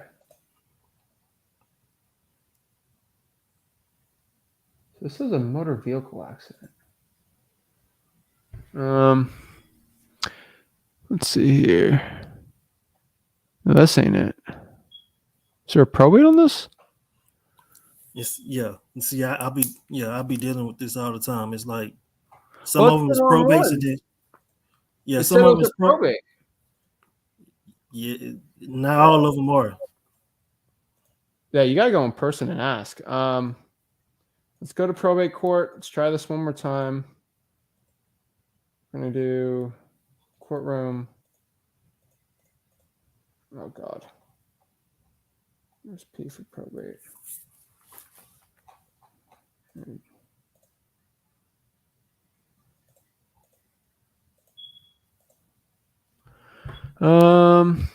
So we gotta go through all these, which kind of stinks, but we can do it by location, so it's fine.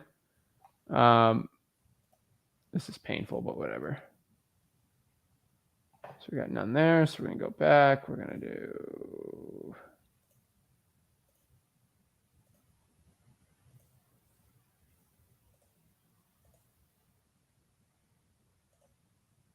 we're gonna figure this out. Which one of these courts are the? You got to figure out which court is the. Which one of these are the probate court? I mean, I'm lost now. I ain't been on this one where you at right now before. It's one of these. I'm trying to figure it out. You're gonna have to go through each one of these stupid little things. Yeah. Oh no. You're gonna figure it, and then this should pop everything up. So I'm gonna test another one out. Auxiliary courtroom, probably not, right? No. Holy moly. So one of these are going to pop up. So you got to go through all these little tiny stupid courtrooms. Yeah. I mean, I'm just going to do a virtual hearing and see if this does anything. Probably not.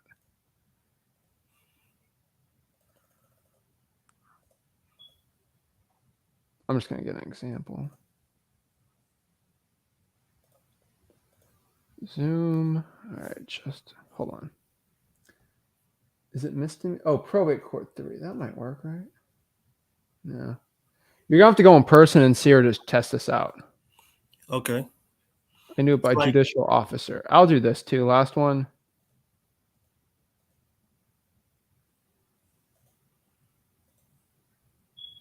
So something's up with this. You just got to look at all of them. Yeah. So I would, honestly, I would just ask in person. Okay. That'd be my best thing. Like, all right, let me show you the website though. Yeah. I put it in the private chat for you. So sometimes I just play around. I don't have an hour. I would personally go through every single one and just test it out until one pops and then I figure it out. But like, all right, so like I'm showing you this. Like you see this? I would go ask in person, like, hey, who's the judicial officer for the probates in this county? Which one of these? Okay. Oh, it's Janice. Okay, and then I search Janice and her things will pop up. That's it. So basically, when you can't find the heir or the beneficiary like information, it'll be on there. It'll definitely be on there. You saying go in person and ask them about that person? Yeah. Okay. That website I just sent you should work because it popped up all the info. It even showed me who the process server was on that. So it'll work. Okay, bet. Yeah, I appreciate that. So my second question is I love the driving for dollars. That's all I used to do.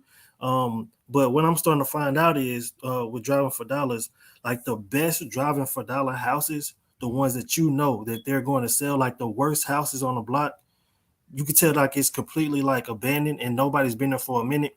I'm having the hardest time trying to find them. Like even though when I go and skip trace that house, I can't, like I'm not getting no answers like from those phone numbers. So I'm trying to figure out, is there another way to go and find the person that owns that house? I even went as far as to find do like a background search. I'm still, that's still kind of not, working all the way. So I just kind of want to know, like, if you had any advice, as it pertains to that. So, like, what have you done personally to find the number? I skip trace it. I get 3 numbers from those skip traces, and then that's number 1. Then number 2, I've did like a background search on the like white pages, and I will skip when I skip trace, but I do a search on the property. I do a white pages on the address, and the number they'll give me, it still won't work. You know I what I'm would saying? I would email them on truepeoplesearch.com, which get their email, and then I would I'll email them, and then also I would message them on Facebook. Okay.